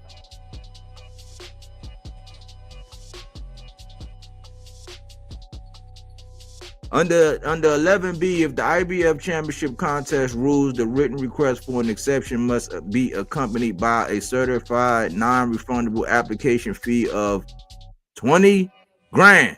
So that's if you put in for an exception. Otherwise, it's going through. If the two parties, champion and challenger, cannot agree to terms within 30 days of the notification of the purse bid, the IBF president shall notify each registered promoter that a purse offer will be held. After a winning purse bid is awarded, the winning promoter must schedule the fight not less than 28 days and not more than 90 days from the date of the bid war, unless otherwise agreed or approved. Okay, Body, real quick. This is when he kicked Rachel off, where she said just what you said. Yeah, said that's when they did. Yeah, because Rachel, you gotta understand the background. Rachel, she was heavy in the LDBC. You know, they loved to ingratiate her in the conversations because it was almost like, oh, I got somebody that's supporting here and whatever. And she was real cool and all that. And then also YSM, she used to be over there kicking it, even with manager Farty. She used to be up there until they fell out and shit. But she was up there. She dropped that truth bomb and they muted her for telling the truth. And she said she actually contacted Daryl Peoples, who was the president of the IBF, and asked him what would happen. He said no, it couldn't be, because according to the IBF rules, and this is why I was trying to show y'all, this is that rule. Perfect timing. This is the rule right here, because it come around again. Right here, it says, per IBF rules covering purse bids, both boxers are required to move forward with the fight. Kelly, who is the challenger, will be subject to a demotion outside of the IBF top 10 and ineligible to fight in any IBF sanctioned bouts for at least 6 months. Similarly, Murtazalia will be subject to having his title stripped and should he fail to move forward with the order fight. So you can replace Kelly with Chukajan, and you can replace Murtazalia with Boots. That would be the repercussions per the rules. She confirmed that with Daryl Peoples. So we got to go back here. They got to submit a written request, right? It says the champion may request an exception to the rule by submitting a written request, but once the IBF has sent out notice of the date of the purse bid or a contract has been signed, no exception may be requested. Okay, so that's the thing. So everybody wants to say, oh man, he turned down. No exception must be accepted. Now, if he wanted to do it, this is the key. Under 11B, championship contest rules, the written request for an exception must be accompanied by a certified non-refundable application fee of 20 grand. It was just 20 grand. That ain't shit to a dude that damn near got $1 billion, or you know what I'm saying? That ain't nothing to a company like that, man, with all that bread they got. Hey, can I say this real quick? Go ahead. If you watching and you tapped in, and we know sometimes y'all stealing, this is an exceptional cook. Yes, sir. You can hit the like button. Yeah, hit the like button. So let me wrap it up, because it's some funny shit. It's some funny shit going on, but it's gonna be. Watch, I'm gonna bring it all home. Watch this. Okay, so I said peep the IBF rules. We just went over the IBF rules. So that was on the 29th. Now that's 7 days after Eddie sent the offer. The purse bids gets ordered by the IBF for the 3rd. So the 3rd comes around, and guess what? P2M Boy Promotions wins purse bid. Right? It's a 65-35 split, and they got outbid by $250K. You know what's so funny and ironic about that? What did we just hear Greg and them say? They were bragging about how Eddie just won a purse bid for 2 fighters that ain't his. So he lost a purse bid to Karan Chukajan. He lost that purse bid the second time. So guess what? More than likely, because if it went to P2M, they was going to try to have it over there where, you know what I'm saying, Karan was going to have all the benefits. They was going to get raked over the coals. So guess what? This is behind closed doors. They probably had to give some extra bread. They had to cough up some extra cheese like they were lactose intolerant. Why? Because they lost the purse bid. That means I can bend you over, I can rake you over the coals. It's like, we're going to do it like this. Or you going to caress our balls, or guess what's going to happen? You're going to drop that strap, and it's going to be ours. That's before he unified, guys. He had no choice. So all that, I sent the offer here, I sent the offer there, and if you think about it, they sent the offer out a week before because they knew a purse bid was going to happen. This is typical Eddie behavior. So this is not on Boots, but Boots signed him, so we got to hold him accountable, and his team, for the shit that come out of their mouth and the things that they be doing. Let's move along. So that's that timeline. So think about it. Karan and them, they won. So that's that timeline. So then on 9/24, the WBA orders Stan Giannis and Giasov. So that's in September. That's in September when the WBA orders Stan Giannis and Giasov. So then in October 2024, Brian Norman and them have hand surgery. That's why we say that whenever it happened, when they was going back and forth or whatever, and they were slandering the Normans or whatever, they had already knew that it wasn't for real, and they knew that in their heart of hearts, they stopped responding. Why? Because they just needed to prick the minds of the fans, get it out to the big channels, and have them spread whoever was going to be on cold for it and push the narrative. They knew it wasn't going to happen. And the Normans, of course, they're going to use somebody to get some of the clout and talk it up and, you know what I'm saying, get exposure, whatever. It's free exposure. He knew his son was going to have hand surgery, and he came back and said, listen, we knew it wasn't going to happen. My son was going to have hand surgery. So if we go back, that's on the 20th. That's October of 2024. This was just a month before right here. This was just a month before, 9/3. So from 9/3 to October, they had the hand surgery in October. On November the 9th, Boots UD Karan for the second time.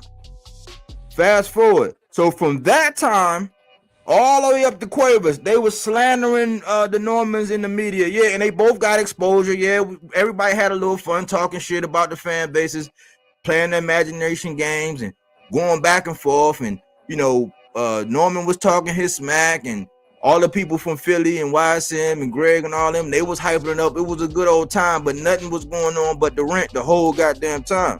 So fast forward, 3/29/25, Brian Norman sparked out Cuevas for his first title defense. Right?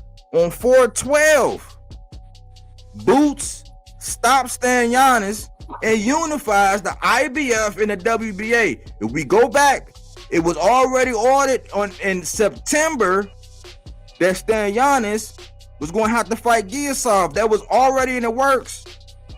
We talk about 7 months later when Stan Giannis went and Giasov had to take some step aside. And guess what? Giasov was in the building. That's the same night when we went to go see Boots fight because Zaybop Moses was there. Amari Jones fought that night. Shakur was in the building. Richardson Hitchens. That's how I know how tall he is. I was like 3 feet away from the dude. I could see him. I could reach out and touch him if I wanted to. We was in the hallway. That same day, that's the day when he unified and Giasov fought in that same night and announced that he had promised his daughter he was going to be a champion. He was not taking no more step aside after that. That was his shot. So you got to think, for 7 months, he's been waiting because he was supposed to get Stan Giannis. He allowed Stan Giannis to do the same thing that Stan Giannis allowed Earl and Bud and all of them to get done, right? After the fight is when they asked Boots what's good with Brian Norman. The dude didn't say nothing. He didn't say nothing. Guess what? Because he knew that after when Norman sparked out Cuevas, Jin Sasaki was in a building. It was a build-up. That would have been more than enough adequate time for them to say whatever they were going to say, get something rolling if they actually had planned. But they knew that Giasov was already there for 7 months. I can go back and read the article on it, but he was already there. So they knew that they inherited that obligation because now he's the IBF. He just did his Mando by fighting Karen. But now he picked up the WBA, who he inherited a mandatory who had already been waiting. You ain't gonna get around that. No, you're not gonna get around that unless you make plans. Like, unless you know what I'm saying, it's exceptions, they'll make exceptions, but you're not getting around that. On 6/18, this is like 3 weeks after they started the slander again, like fight me next and all this, and you know, yeah, sign right now and all this, sign this and this and this, knowing that they had according to the rules, they had what, 90 days that they had to do something with Giasov. So 3 weeks out, they slandered the Normans again and say, yeah, fight me now, sign the fight now. And they was like, listen, man, we will agree in principle, but we're not going to sign anything because, you know what I'm saying, we got Jen on our mind right now. Remember, we was asking you, remember after the fight, they asked you about us. You said, I don't know why you bringing him up. He not that good. And you refused to even try to build a fight or say anything. You moved on. Y'all went radio silent after that. So we went ahead and got to deal with Jen Sasaki. We going international with it, baby. We about to go have this shot of Jen, and then we'll holler at you because you saying let's fight at the end of the year. We have no problem with fighting you at the end of the year. Everybody was still going ham. For 3 weeks, they went hamburger online. They were just shitting all over the Normans. On 6/18, Jerron Ennis and them announced that he's moving up to 54. On 6/19, Brian Norman sparks the entire shit out of Jen Sasaki. So that whole time when they be running around talking about, oh yeah, you know, they ducked me and this and this and this, and even to this day, all the fans is just stuck talking about they ducked them. They never intended on fighting the Normans. They never intended. You can say, oh well, if he would have accepted the first, because everybody say, man, that's when he should have accepted the first offer. I just showed you by law, there was no way. It was capped. So if for some reason, the only reason why you picking against the Normans and all that, and I'm not saying he's the world beater. I'm not saying he's the best thing since sliced bread. That's not what I'm saying. I'm just erring on the side of truth so that you can be honest about these conversations when you talk about these boxers. Because I just showed y'all that by the letter of the law, according to the IBF and the WBA, yes, there were things he could do to get out of that Karen fight. He didn't do them. It was 20 grand and putting in the exception. He did neither one. He just used his internet pull to slander the Normans and get the ball rolling. And then once once you pour gasoline on it and throw the match on it, it's a wrap when it comes to YouTube because people got to get paid. They got to get them likes, them clicks, them views. So, and they're going to crash out. Then we look at when he got the WBA. As soon as he got the WBA, all that talk about fight me and this and that, 3 weeks out, they knew when they won that fight, they wasn't going to stay there. They knew it. You can't tell me by law that you knew that because you inherited a mandatory with a dude been waiting already for 7 months by the time you fight for the strap and he fight on your card that night. You know what's up. They said it in the building that the man had a shot. So you knew you was going to have to defend that WBA. You're not just going to let somebody rip you off, you know what I'm saying, rip one of them titles off of you already unified. So it's going to look better whenever you decide to move up, to just go ahead and move up. Now you got leverage, but you didn't use your leverage. Cook that. You didn't leverage off the IBF. You didn't leverage off the WBA, but you want to be connected to the guy above with the IBF who was Bakram and the guy above who it was a combination between your and his tellers. That could have been you. But this is the kicker. This is the kicker. Remember that time when they said that Virgil Ortiz and them ducked or whatever, and it was this funky ass offer, and they were saying no because they want to fight us at 47 and all that, and it was like everybody was pointing fingers at who's who. At that point in time, they been knew, so they can get they can get it for saying that they. Because remember, Virgil them was saying let's fight. They was like, nah, I want to stay down here and get undisputed. Well, you knew you had the mandatory, so that's a lie. Then you sent Charles Conwell and offered Charles Conwell fights at 154, and you lowball him. So how can you turn down a offer from Virgil because that you saying no, that's at 154, knowing that you got this mandatory at 147 if you stay, ain't no getting around it. Then you send Conwell a lowball offer who's at 154 at the same damn time. Cook. You see what I'm saying? So when I was questioning, saying, hold on, man, I'm trying to follow the bouncing ball along. I'll rock with you, but I'm not going to support no foolishness because you can't piss on my head and tell me it's raining. So I'm like, so you fucked up my man. And Conwell, my guy, so I had to put out a piece and said, man, they slandering my man Conwell. And Conwell said he couldn't believe, according to Ohio, he said, man, he couldn't believe they sent me an offer like that and they thought that my value was that low. He was looking at it like, hold on, man, they think my value low. Why? Because they wanted to put it out in the media, just like sending out that offer 7 days before it was going to be ordered to Brian Norman to set the media on fire. This is typical Eddie shit. So to think that you would allow Karen in one instance to win a purse bid to subject your guy to being on the verge of having to go to foreign soil and fight because you didn't win and you got outbid by 250 grand. And that's not the first time because he lost the purse bid between Sandor Martin and Devin. They said they ain't even won it. He ain't even bid on that. They ain't even win that shit. Word. So they was like, nah, you got a history of doing it. So now you bid on a fight with Bakram and Josh Kelly, you win it. And they ain't even your fighters. So whenever I talk to these fans who just want to have batteries in their back and just talk like they don't know, like you're cooked when you talking to me. Don't come to me with no bullshit talking about how the Normans and them duck. No, y'all played the clout game, right? Knowing that the shit couldn't happen, knowing that you was gonna go to 54, but you dodged Virgil the first time, only to come up when you won. Because remember, when you decided you wanted to move up, you all and your team knew that y'all was going to move up well in advance. The world didn't know. Why? Because 3 weeks prior, you just was online with Eddie saying, no, we sent the offer to the Normans. They don't want to fight us. You move up a day before he fight. And you announced that you moving up. Well, you had already told Virgil them no. So you can't say Virgil them duck because when they wanted to fight you at 54, you was like, nah, this ain't working. But you sent Conwell off at the same time for 54. I ain't no genius, but that's you sending out mixed signals. It's like I can't make it no plainer than that when it come down to like you toast. It ain't what we talking about.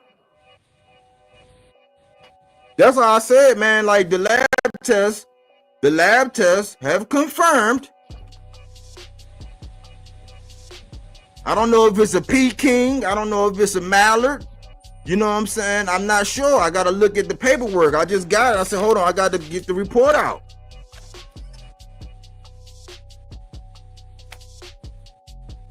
What y'all think? Hey, I mean, like I said, when it comes down to that timeline and everything, you know, it's just so many factors that you can give some credence that, you know, to the argument Pop makes when he's talking about the musical chairs and Lubin playing games and stuff like that. You can give some credence to, you know, my argument and other people's argument that states, all right, at the end of the day, bro, you still the tip of the, you still the tip of the spear. So, you know, shit tends to roll downhill. Yes, these guys are your promoter, but they're supposed to work for you, not necessarily the other way around. Word. So at the end of the day, you have to be the guy that at some point, if you're within the loop, you have to be the guy to put your foot down and say, nah, I think that's gonna be a bad look for me, and I'd rather go in a different direction, you know, and show everybody, you know, who I really am. I don't like I'm saying, I don't think Boots is afraid of the smoke. I don't think he doesn't have the talent to handle the smoke, but they're moving this dude so cautious. It's like, when are you finally gonna take the training wheels off this guy and just let him do his thing? You know what I'm saying? So that's pretty much the issue. And I mean, just because you took one training wheel off, that means this dude is still struggling to make a left turn. Like whatever his dominant hand is, when he got to turn the opposite way, he still need that training wheel because he might fall over, or you got to run by the side of him. And as many fights as he has, and we calling him a throwback fighter, by now you should be giving us those fights that, you know, everybody say, yeah, you don't really know about a guy until he's 25 in, 30 fights in. Okay, you're past that right now. So give us some like names. Give us some names as you're moving up that we could like really sink our teeth in and have fun debates and stuff like that about the fight. Hey, good cook, fellas. This how I put it to you.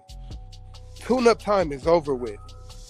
That shit should be a fucking, I don't know. I don't think that should be a thing in boxing, man. When we look at the landscape, again, Boots, you got to move better, do better. You got to have the people around you speak better. You need to have a talk with them like AC said. This is just all shocking, bro. Bodywork gonna cook that ass every time. I don't know why y'all think y'all can do this. As boxers, we not slick, y'all. He gonna cook that ass every time. And I keep trying to tell y'all. That's why I stay on my P's and Q's and I keep it real. You feel me? I don't know how to go about this situation with you, Boots, because I don't pay attention, bro. But I still like you. I wish you nothing but the best, but we ain't sneaky, bro. We gonna get our ass cooked every time we try some bullshit. So we move better and do better. That's all I got, champ. I told y'all we wasn't slick though, y'all. I told y'all, as fighters, bro, they gonna catch the bullshit. They will. Yeah, and it's this is really what it is, man. It's just like some people be paying attention. Some people, like, I think, you know, I'm starting to understand it's a bunch of people that's online that's gonna go with the flow and get the clicks and the views, and just no matter what, they're gonna play that part. They're gonna cap for you, and they figure, oh well, it's business, man. We just staying on code for the team because we could be out here doing. They rationalize like the bullshit, right? But then some of us is like, man, we ain't part of the team. Like we just out here trying to be right and exact and be factual with this shit, and we see through it. Don't, you know what I'm saying? If your move was to get 2 tune-ups, you would have been better off saying, listen, man, this is my career. I'm moving up and I'm doing 2 tune-ups. I'm not Earl Spence. You know what I'm saying? So hey, I'm not ready for I'm doing 2 tune-ups. Instead of saying, oh, we don't want 2 tune-ups, and then you fucking go, then you give us 2 tune-ups. And you out here, and then you got people out here saying you ready for Bud.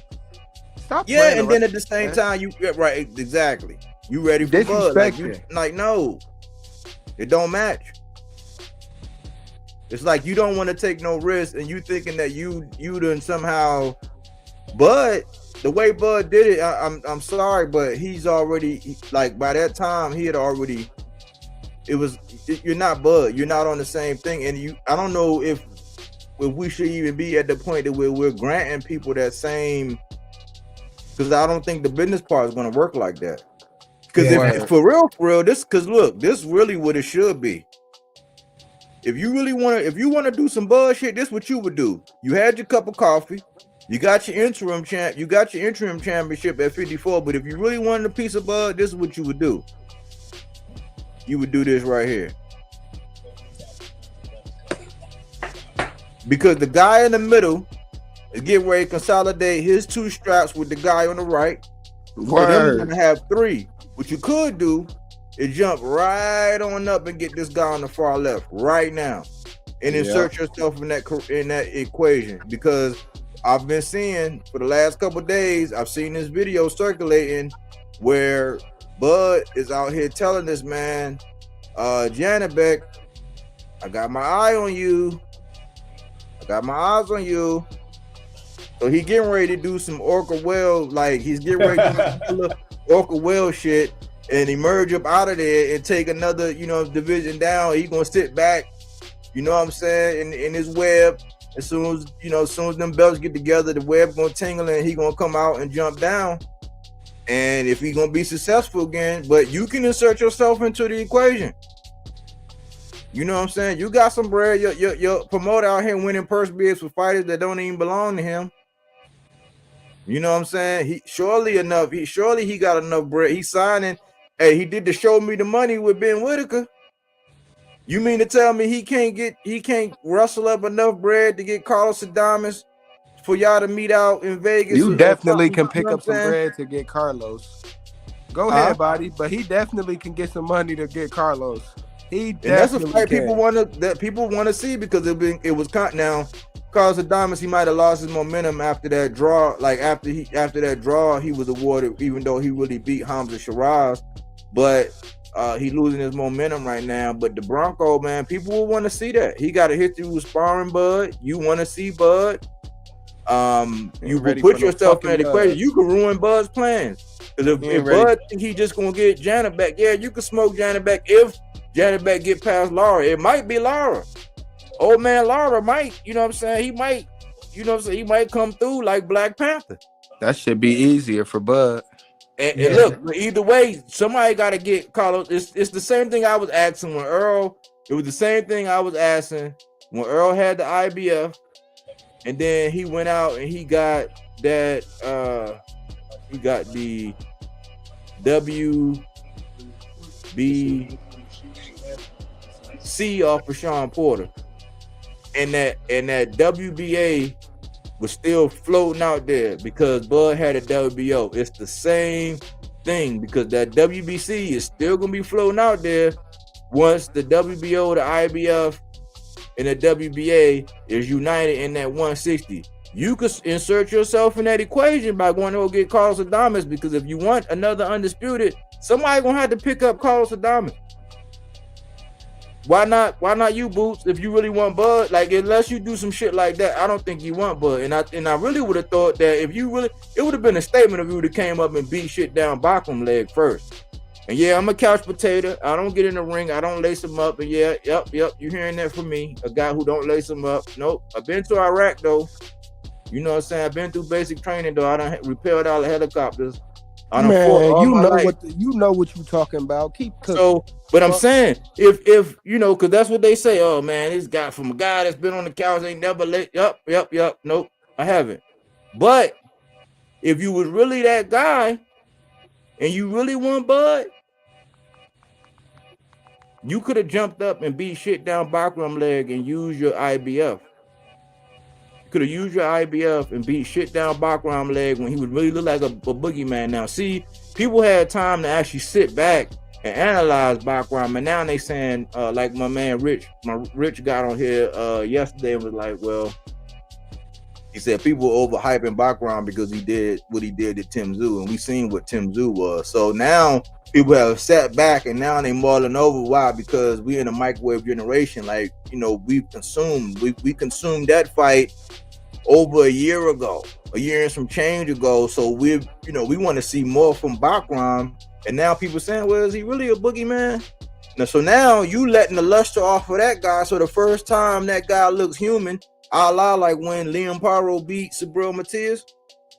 Everybody thought he was the boogeyman, but then Liam Paro, the way he did it, he outboxed him and outsmarted him. You know what I'm saying? He edged him. Like he used his boxing knowledge to slow that guy down. And now, you know, Sabril don't look as human.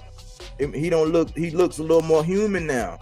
So you could have knocked the luster off of Bakram and got everybody's attention, and did the same thing and moved up and got Janabek with the IBF to do the same thing. So if this is my last thing. If this fight comes down right with Janabek, this goes through. We got our fingers crossed. If this fight goes through with Lara and Janabek, and get across the line, and we get that unification. If you were to go on this path that we pretty much had an outline you're going to do, where you're going to get the WBA champ right here, Abbas Baru, right? If you do that, guess what? You should get on the horn.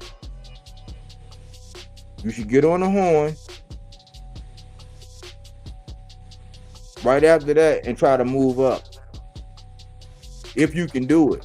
I don't know if you're going to be able to do it, but the biggest thing is probably to try to get Eddie to try to get you Adames on the line. If you really want that buzz smoke and you're not just like using his name. You know what I'm saying? Like if you're just not using his name to jump up, that's how I see it.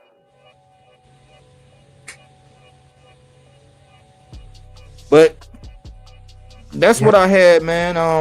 I wanted to put this on wax, man. I know I don't got the Boots Only fans jumping for joy. Yeah, but at the end of the day, for me, again, it's just when you look at Boots' career, for me, it's just kind of heartbreaking that this is the snapshot that's presented in front of us.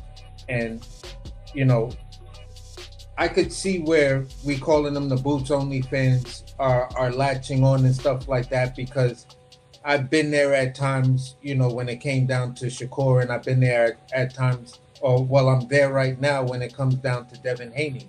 You feel what I'm saying? So when your favorite fighter or a guy that you feel has a lot of promise starts to make suspect moves, and it's coming from, you know, the promoter's side and partly from him and his team side, because nobody is pretty much consistent in their information, it makes us question it. It's the moves you're doing that makes us question it.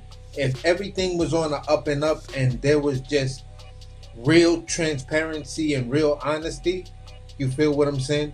Then we could look at it, talk about it, and then move on for it. Because at the end of the day, when you look at the two sides of the story, you heard Brian Norman Sr.'s side, and they was consistent.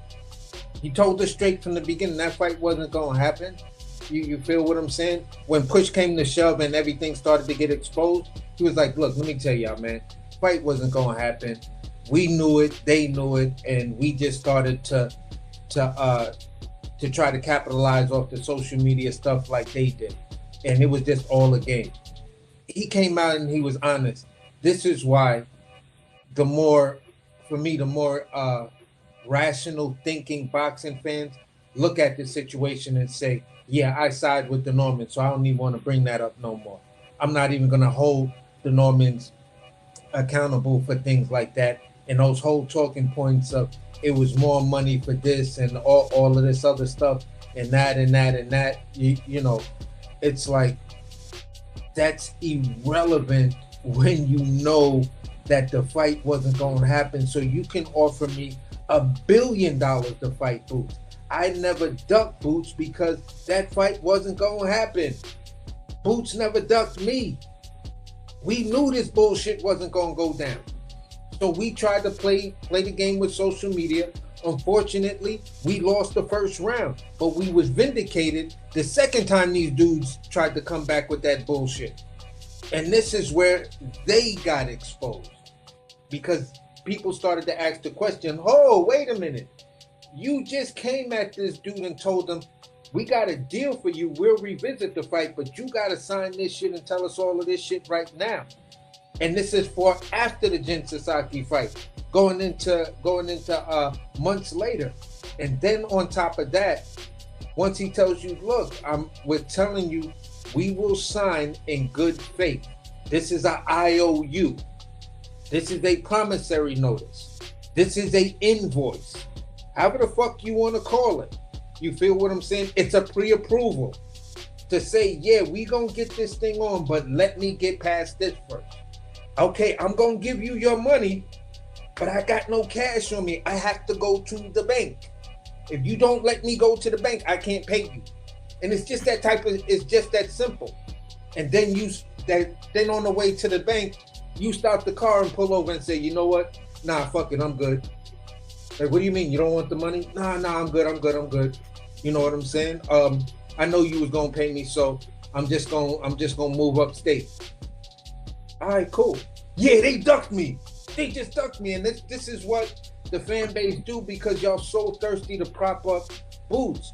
If Boots just runs his own race and let everything happen naturally and give us a lot of, transparency, Boots would be that guy.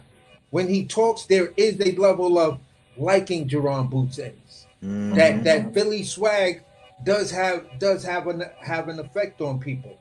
You feel what I'm saying? So at the end of the day, when you look at him, you like, yeah, I want this dude to succeed. I want him to succeed. Yeah, I could.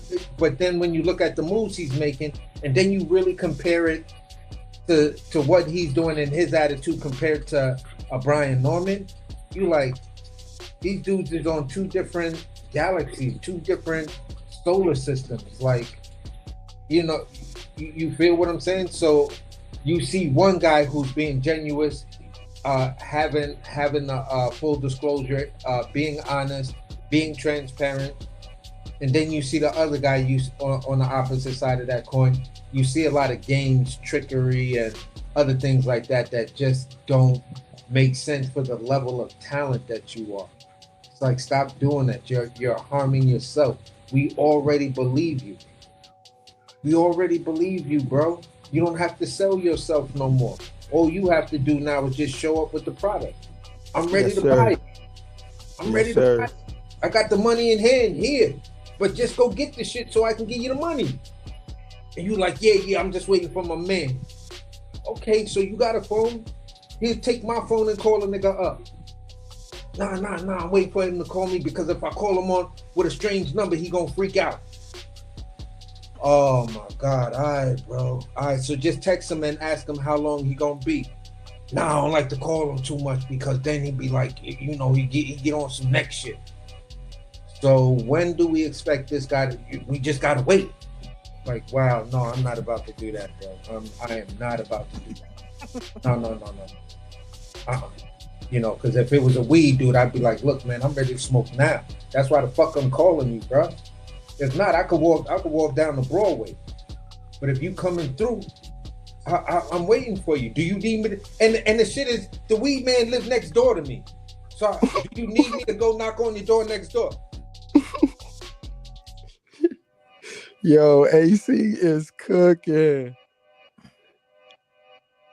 Mm-hmm.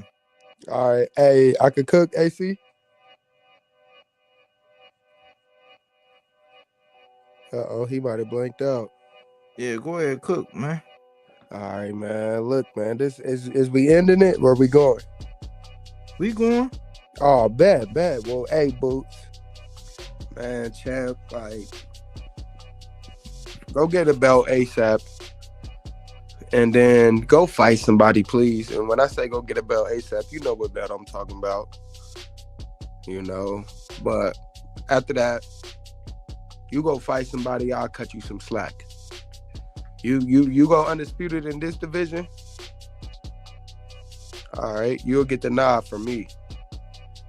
But You keep rocking how you rocking, keep moving how you moving, getting all them tune-ups. I ain't gonna know what to say about you, dog. I ain't, man. This better be your last tune-up when you get this strap at 54. This WBA strap, this better be your last tune-up. Because if not, that's gonna be a damn shame.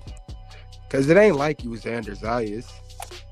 It ain't like you know, you a contender and shit. It ain't like that with you.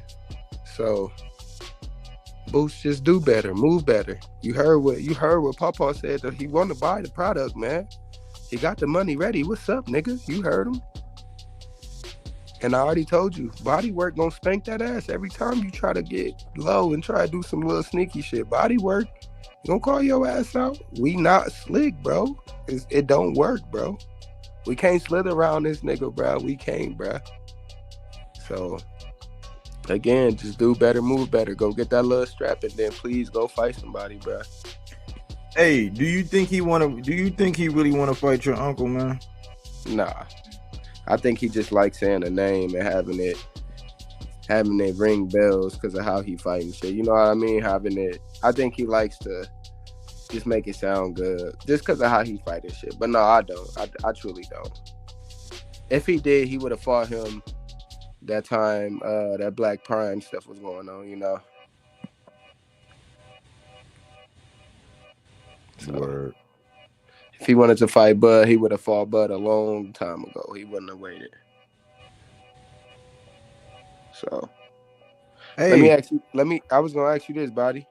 What's do up? you think he really wants to fight Bakram or Fundora or like all the other champions of us? And like, do you really think he wants to fight Fundora or Bakram after this?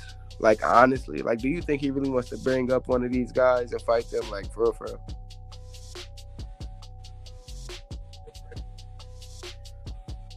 Nah.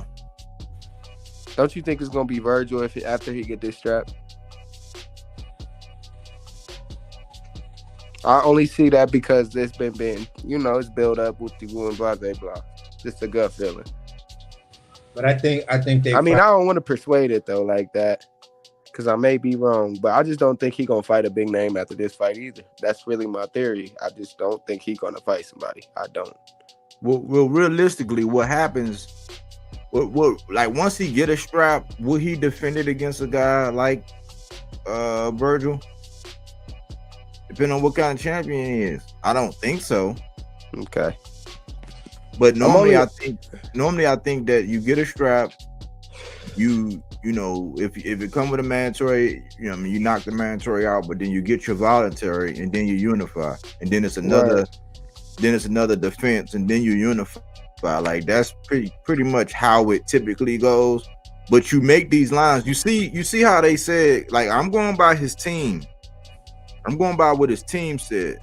Word. Because they can point out all the people that's affiliated with PBC. If he really wanted to be a name and have all of that, like a big name and all that, he would have went there because that's where all the 54s were at. Like the ones, those were the ones. Like that's where the ones. Because think about it, they're not looking for Xander to fight somebody to pop their strap off of him just yet. They gotta maneuver that man and they gotta make sense because they didn't get him. They didn't invest all that money and build him up just to get somebody to pop that belt off of him. Yeah, and that's why I think for the most part, no, I think really gonna get that. I think about the landscape for him. No, I was gonna say it's not gonna be what they think, man. Like, you know what I mean? Like, they're not gonna get Xander as quick as they think they will. No, here's the whole thing, and I was kind of thinking about it. Really everybody was cooking. It's crazy to say, but they really won't. And that's why I was pretty much quiet. And I was thinking of it like this. AC, you here? Yeah.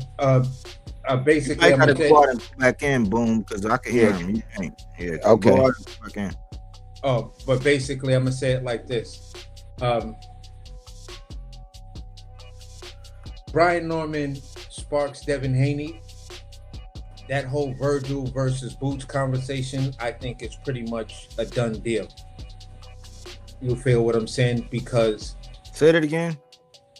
I'm saying Brian Norman goes out there and beats Devin Haney. You feel what I'm saying? Gets him out of there before 7 or 8 rounds. The Virgil versus Boots fight, that's a done deal in my opinion.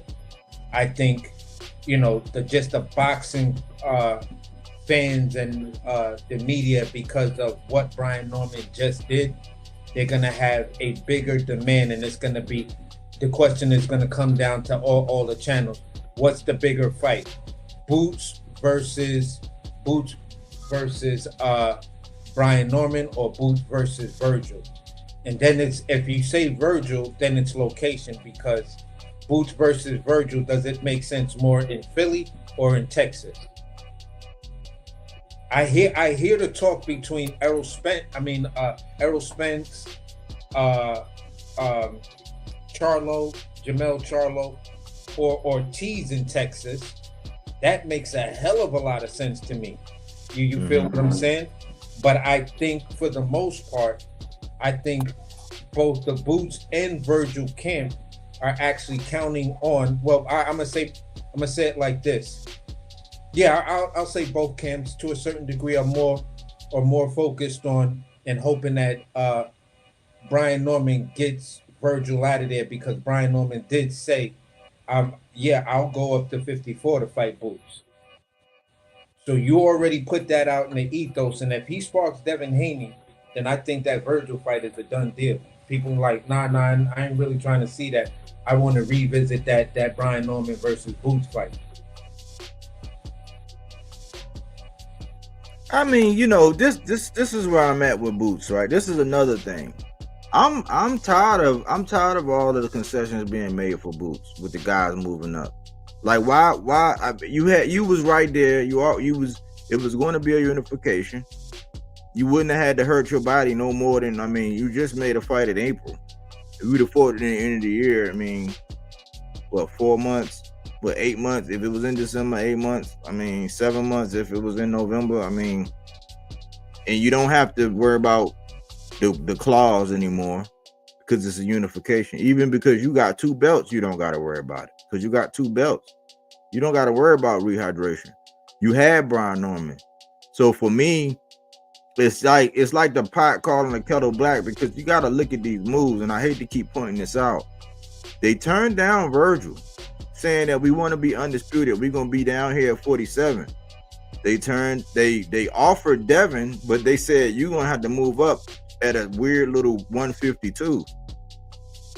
So once again, you're trying to pull somebody up, because guess what? As much as I might not be the biggest Devin Haney fan in the world, but I do know that he is a 2-division champion. He was former undisputed. Yes, you do have, you have unified, right? Something that they always hold over Tankhead. You have unified, but then again, you're pulling a guy up that was fighting below. His accolade and everything he's done is more. Now a lot of people think that Boots would just beat the shit out of Devin. That's just style. That's just a style and a preference of who you think, would win. But at the same time, it's you having the leverage and pulling somebody up. But whenever we ask you to jump up and get somebody with a name or do something outrageous, something Roy Jones-ish, we get all this pushback. So I'm not with it. Like, I'm telling, like, I respect Brian Norman for saying, I still want that at 54, because that's what he's supposed to say. That's what he's supposed to do. And I think that he got the nuts to do it. Should he have to? Fuck no. Like, when is Boots gonna ever have to do something like that?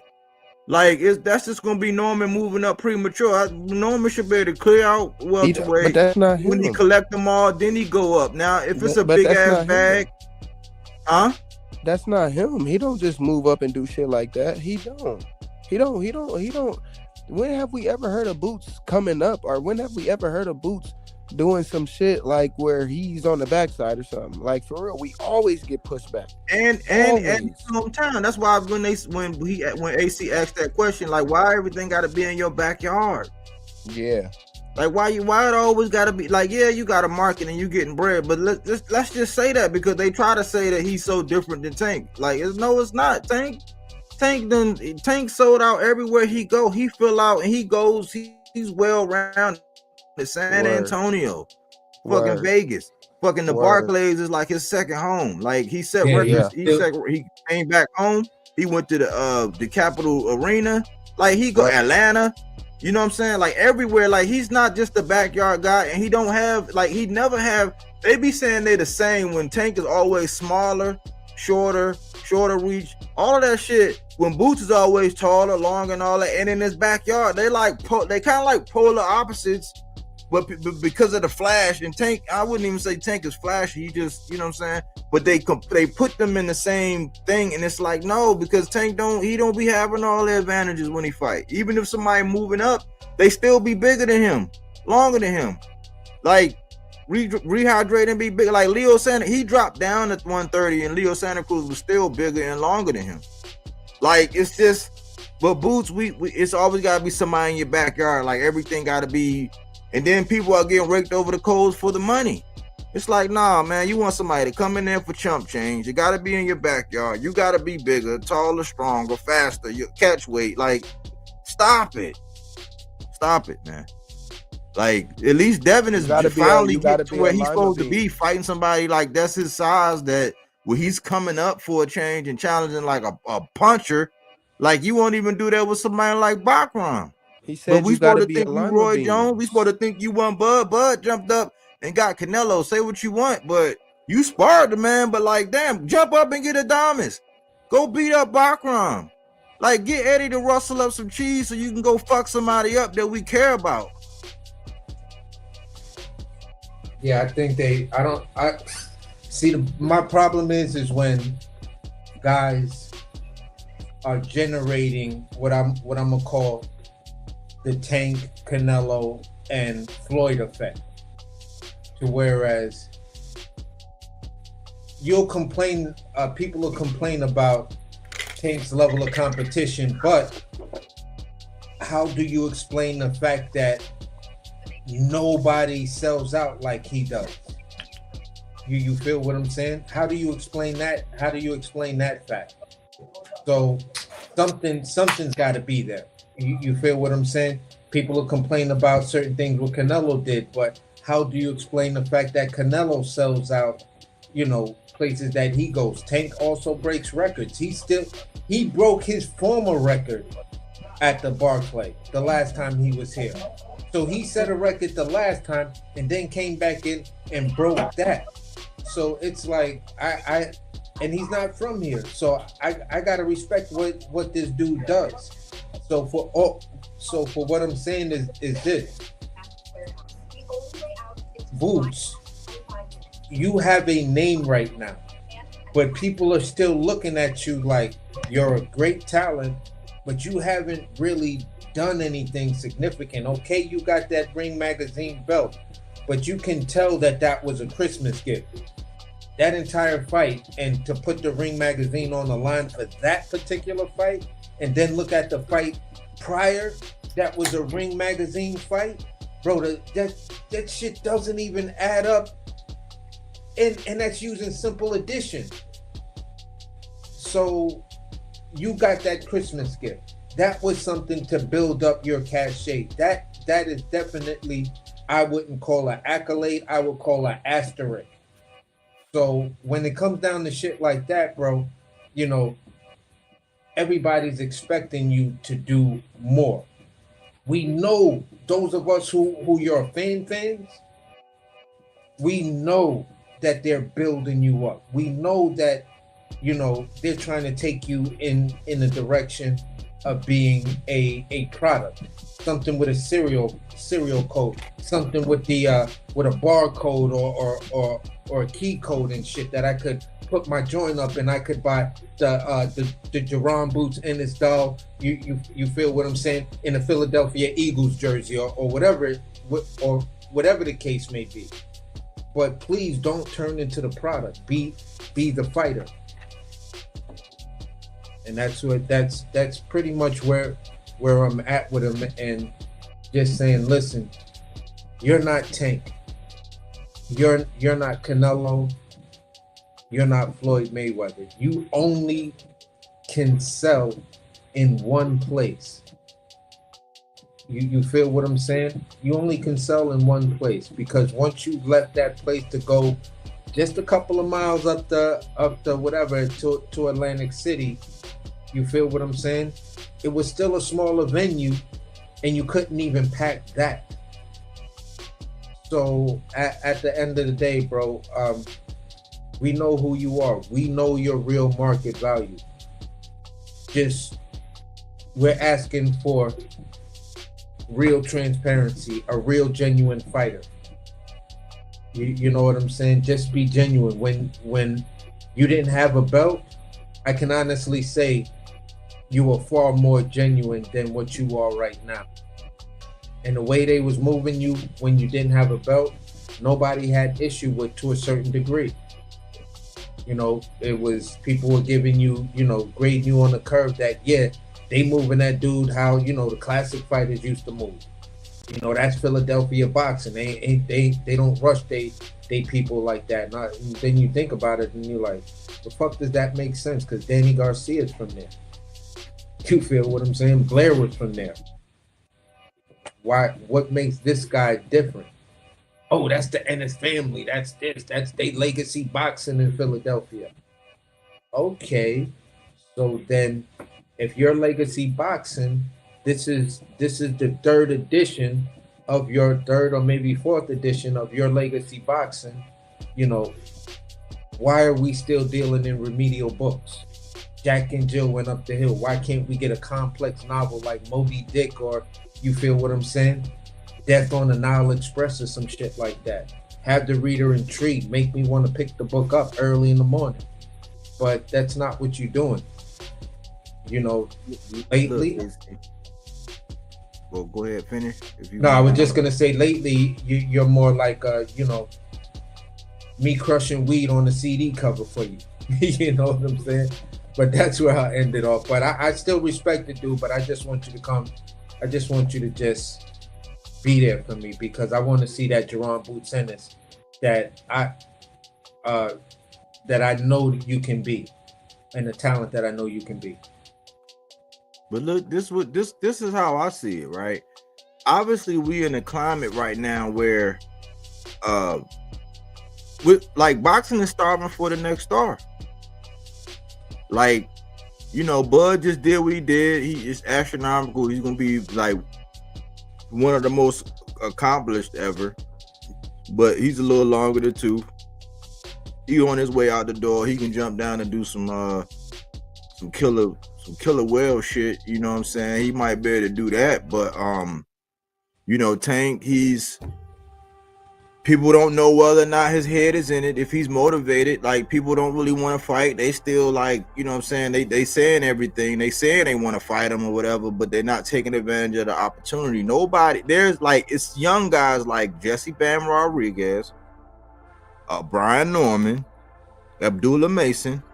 They're the ones grabbing the bull by the horns. They're the ones seizing the moment. If you look at what Jesse Bam Rodriguez is doing, he's putting a lot of people to shame. Yeah. You know what I'm saying? And like Brian Norman taking on Devin, like him saying, all right, cool. Allow it, putting his strap up, you know what I'm saying? He offering his strap. I think it's a little different with Devin, because Devin is actually bigger. He's like physically bigger, so it's a move that he should have made. It's almost like Lamont Roach and how fucking swole you see Lamont Roach now. It's like, damn, Lamont, like, you look big as shit, dog. Like, you look like you might have, you know what I'm saying? You look like, damn, dude, look what you doing down at 30, man, with them little motherfuckers down there, you know? Yeah. But this is what I'm saying.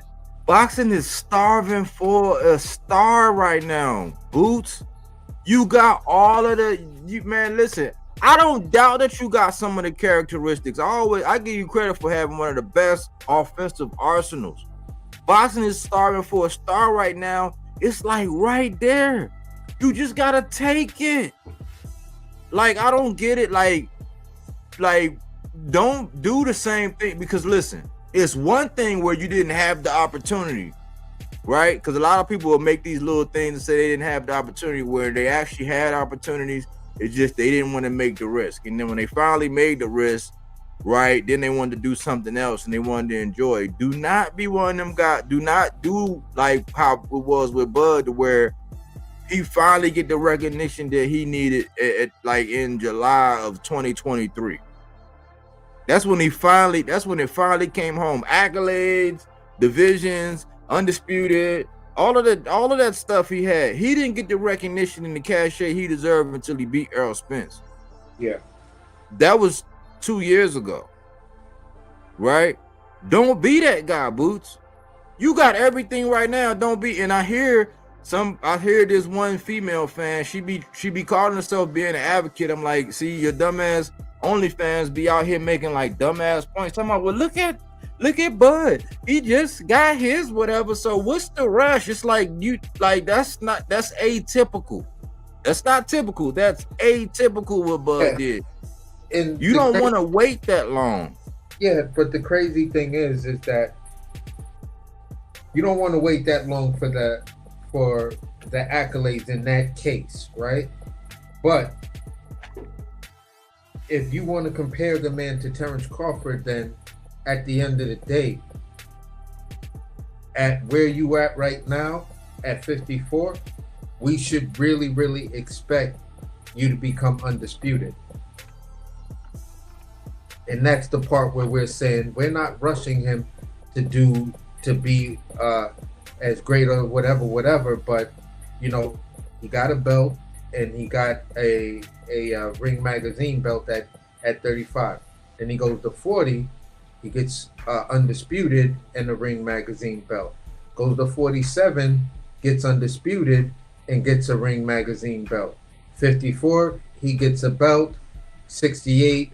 Ring Magazine belt, undisputed. If you're going to follow that dude and you said you want to be undisputed from everything between 147 and 168, where do you start to plant your seeds and start to water the ground so your roots can like really grow and get in the ground, and you start getting your belt, and then you're moving horizontally and challenging all the other champions. You feel what I'm saying?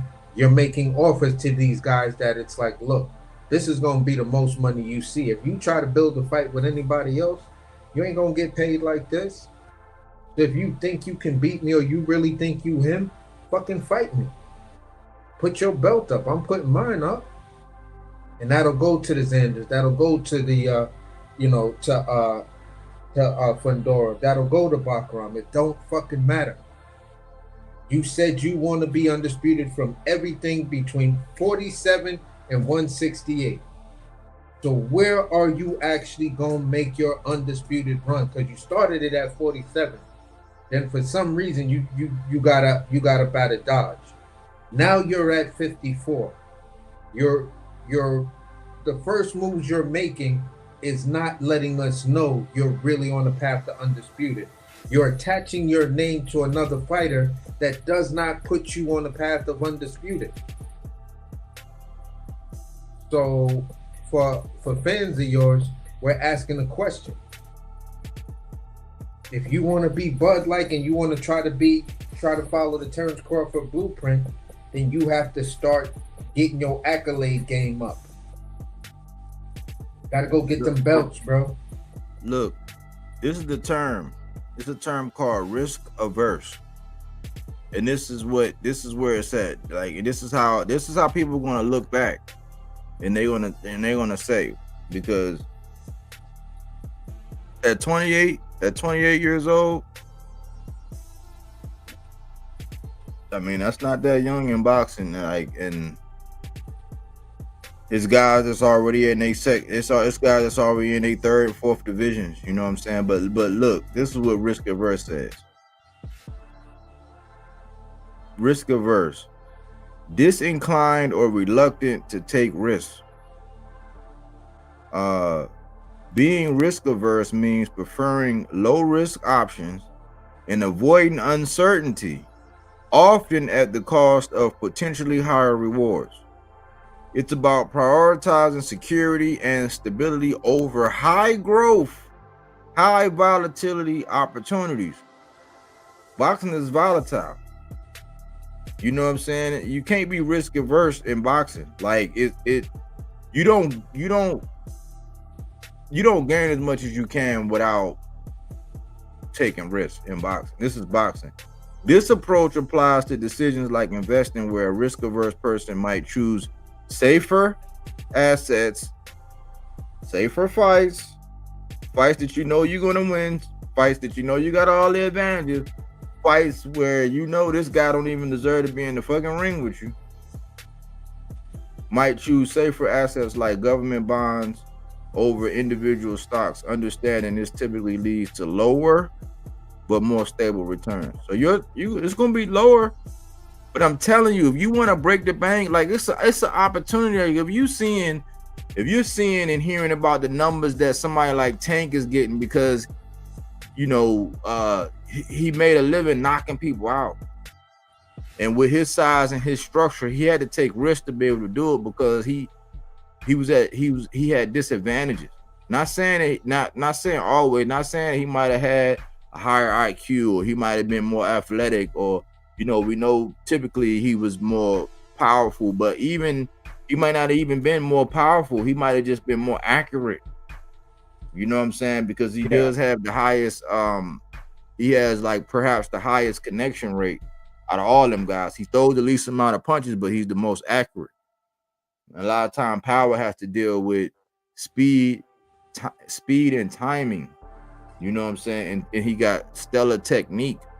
You got some of the same thing.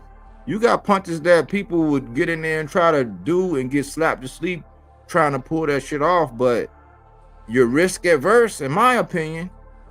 That's why I say, like, it's why I always say, when I look at Boots and I evaluate the career, he got that video game shit. You know what I'm saying? He really do. But then I look and I be like, man, that poor guy right there, he didn't stand a chance. Like a Lipinets, he didn't stand a chance. Like all these 40s moving up, they didn't stand a chance. So we want to see, just like the analogy AC was talking about, we tired of seeing the Lamborghini come around and doing donuts out here in the parking lot in the community. You know what I'm saying? And then every now and again we get to see it race a Porsche. We want to see that Lamborghini race a Ferrari. Yeah. Race another Lamborghini. You know what I'm saying? For slips. Yeah, for sure. And that's where it's like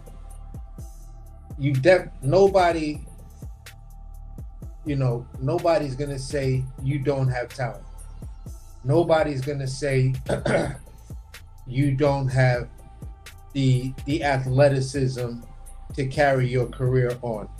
But when you just compare that to the whole risk aversion definition and apply it to how he's moving, you're the poster child for that. Tim Bradley broke it down. You got all the talent in the world, but you got no balls. You feel what I'm saying? When you look at, you spoke of Bam earlier. Bam got a video out recently where he's talking about, yeah, I'm willing to move up to face Inoue.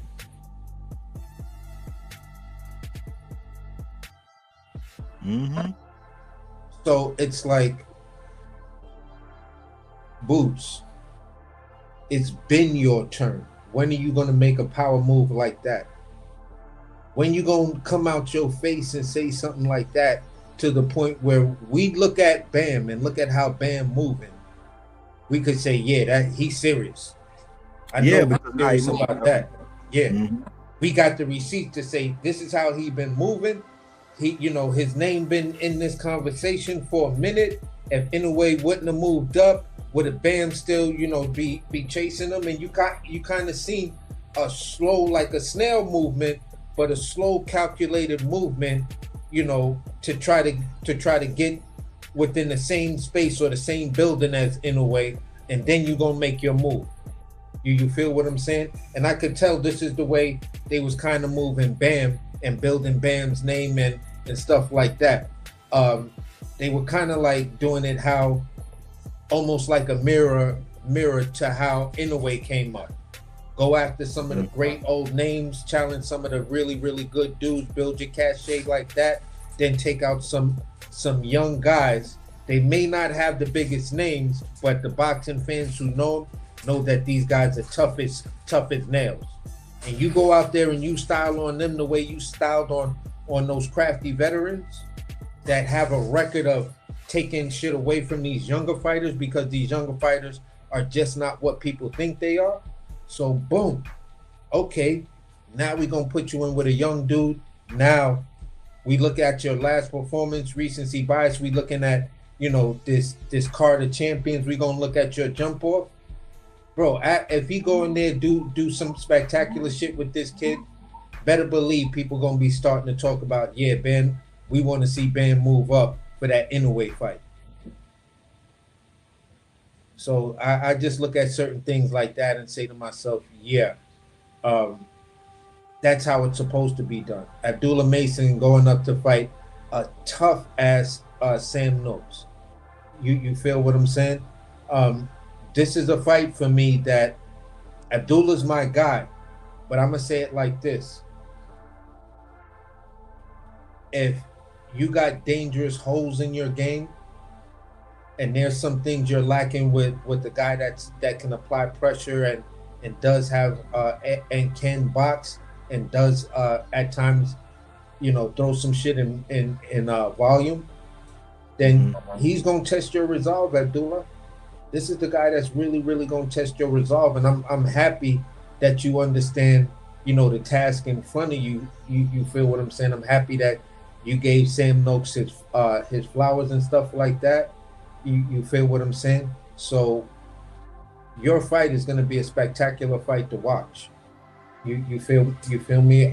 We're going to see if Abdullah Mason has new wrinkles to unveil, or is he just going to make Sam? Is he just going to cruise through Sam Noakes, and it's gonna solidify him as, yeah, he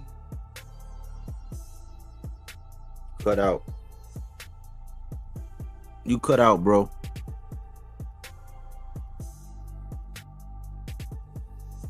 You cut out, AC. Even with my guy Devin Haney, taking on the Brian Norman challenge, whether, you know, you looking at it from a boxing fan or an insider fan, but the perception is he made the fight with Brian Norman. We're just going to talk about it from that perception, what's being perceived to the ethos and stuff like that. Yes, they made the fight. This is a fight that's a challenge that we want to see from Boots. You feel what I'm saying? Because Dev just stood you up. He just showed you up. Yeah, and at a point where people don't look at him the same way they look at you. They say you got everything. You could do everything. Just we're not seeing you against the people. And I don't want to be I don't want to be the dead horse. It's like, I'm a fan, man. I'm looking at it like, man, you missing out on a huge opportunity. And it's your career. Who am I? It's your career, it's your money. Those are your people. You got a pace, they got a plan. I'm just saying, stop trying to play the fans. Yeah. and you know what I'm saying? I see that you could take advantage of some things, man. But yeah, that's what's going on, Jose Rodriguez. You always be coming when I'm getting ready to get off. But how you doing, Jose?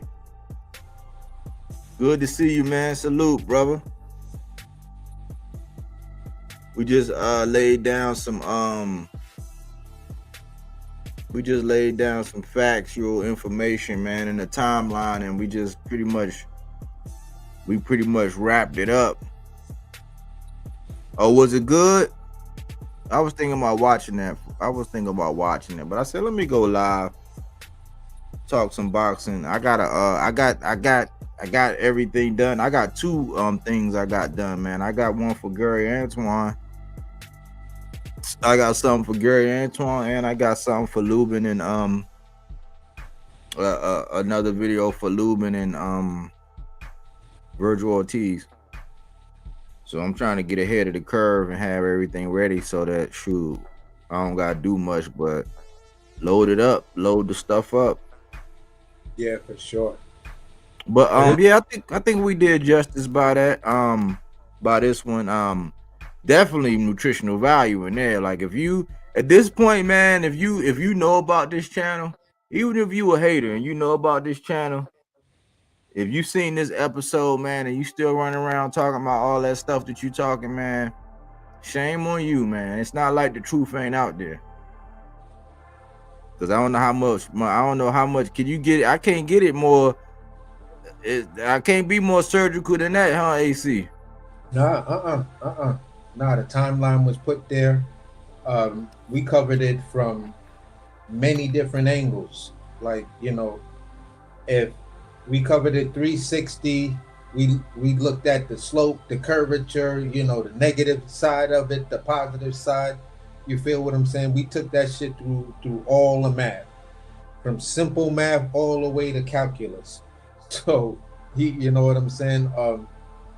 There's no denying. And if you watch this, going back and then go into another channel where they are gonna have this discussion between them two, and then someone pops up on the panel or the host just starts talking about how much he ducked, how much Brian Norman ducked Boots, and this is why things are so difficult for Boots, and Boots having a hard time finding a fight.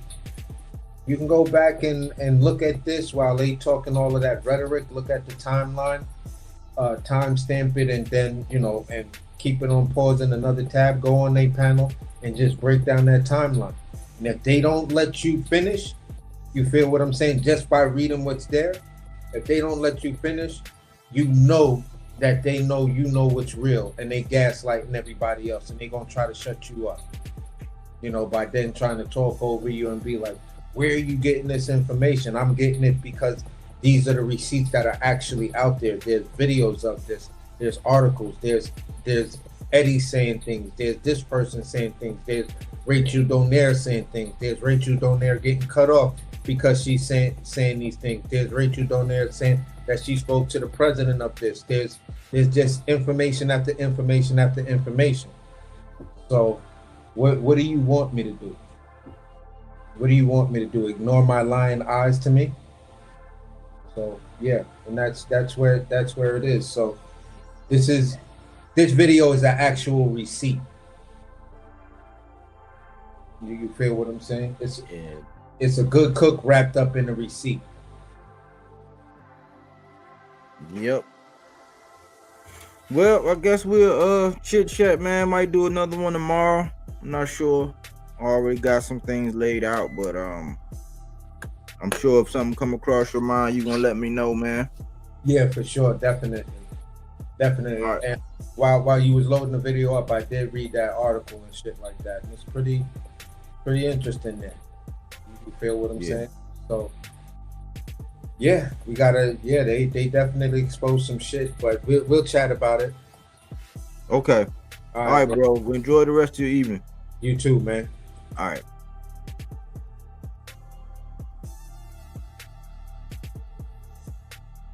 But there you have it. Yeah, man. I think, to me, knowing Eddie, because you got knowing Eddie and knowing Oscar, you know what I'm saying? I think they got a lot of their ways are similar, except for Eddie. Except for Oscar, he was actually a fighter. You know what I'm saying? And the way Oscar used to go about the smoke, he was about that action. Oscar was. And now as a promoter, I still think he handled his guys with kid gloves and he managed them, and he do have some favoritism. We can see about all the guys that got put on the shelf, a la Speedy Rashidi, a la Blair the Flair, a la Charles Conwell. It's been happening for years, and you want to draw the comparison between what those guys are, you know what I'm saying? And the proof is in the pudding. But I believe that Virgil Ortiz, he's in the WBC line, and we see who has the WBC. Virgil Ortiz is in that line. I'm not sure if Oscar is going to allow, I don't think he'll allow Virgil to actually risk. I don't think he'll allow Virgil to actually risk his spot over there with the WBC to fight somebody as dangerous as Boots before he even get a shot at the WBC. You got to think, Virgil hasn't had opportunities to get a title yet. You know what I'm saying? This will be, if he is able to go on and get a front door, That'll be the first time he actually had a shot at the title.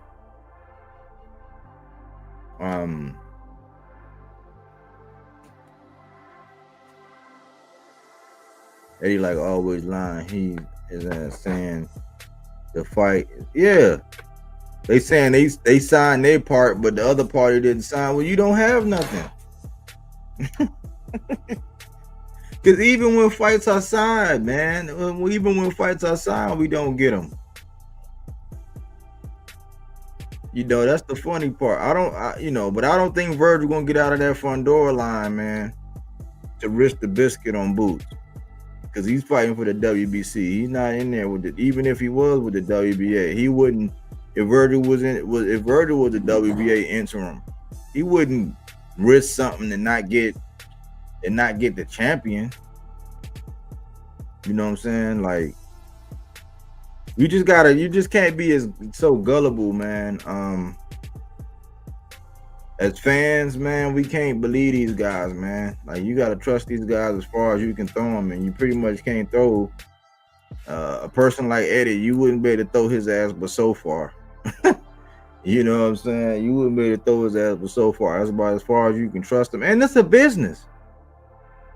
It's just, you gotta think, man, these guys are commodities. These guys are like, yeah, they are commodities. You gotta look at them like stocks. And they'll talk all that rah-rah, like my stock can do this and my stock is, going to do that. But like when they maneuver them, you know what I'm saying? When they maneuver them like, a basket of eggs, they'll tell you a whole lot.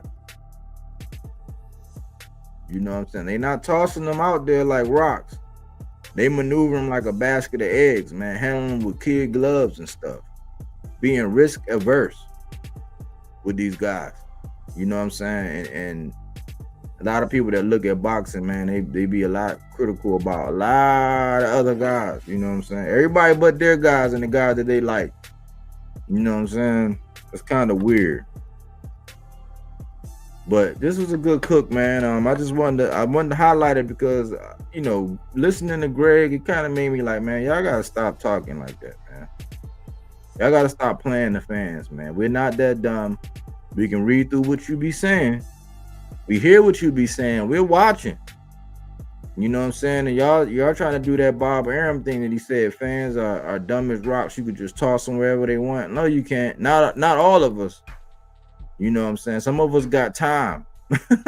And we see right through it.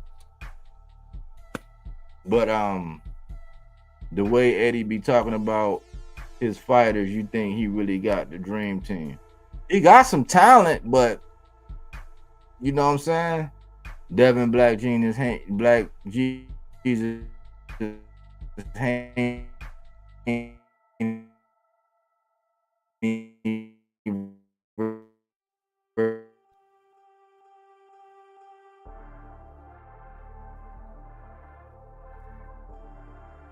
anyways, I don't know why my camera did that. But yeah, I'm gonna get out of here, man. I hope you was able to put something in your rucksack, man, and march on with. We've been coming on like 3 to 5 times a week, man, on different cooks, different topics, man. Catch some of the playbacks. If you do catch us on the playback, talk to me, holler at me. I'll talk back. Silence is consent. All it takes for evil to prevail is for grown men and women to remain silent. So we speak to those things. This is fruits and veggies, not that Reggie. This is fact-based content, not opinion-based, although we have ours. We don't do yes men. We don't spaz out if you disagree. We actually welcome the adversity and the diversity in the conversations. We appreciate it, you know what I'm saying? And we live to have a boxing conversation another day. You know what I'm saying? Hopefully you got something out of this. We're here to actually just, have some fun, talk about boxing, you know what I'm saying, and keep the sport alive. We're the guys that actually get you in between the fights. We're the ones that keep you going, keep you motivated, have you thinking about some things and entertain you in between the fights when we actually get to really see who could put down the ones and the twos. Anyways, man, I didn't have much for you, man. That's all I had tonight, man. I appreciate everybody who hollered at me. Hit the super chat, hit the cash app, hit the like button, hit the subscribe button. You know what I'm saying? Leave a comment. Let me know what you think. Anyways, thanks for choosing Bodywork Boxing. Well, we don't take things for face value. We do that body work.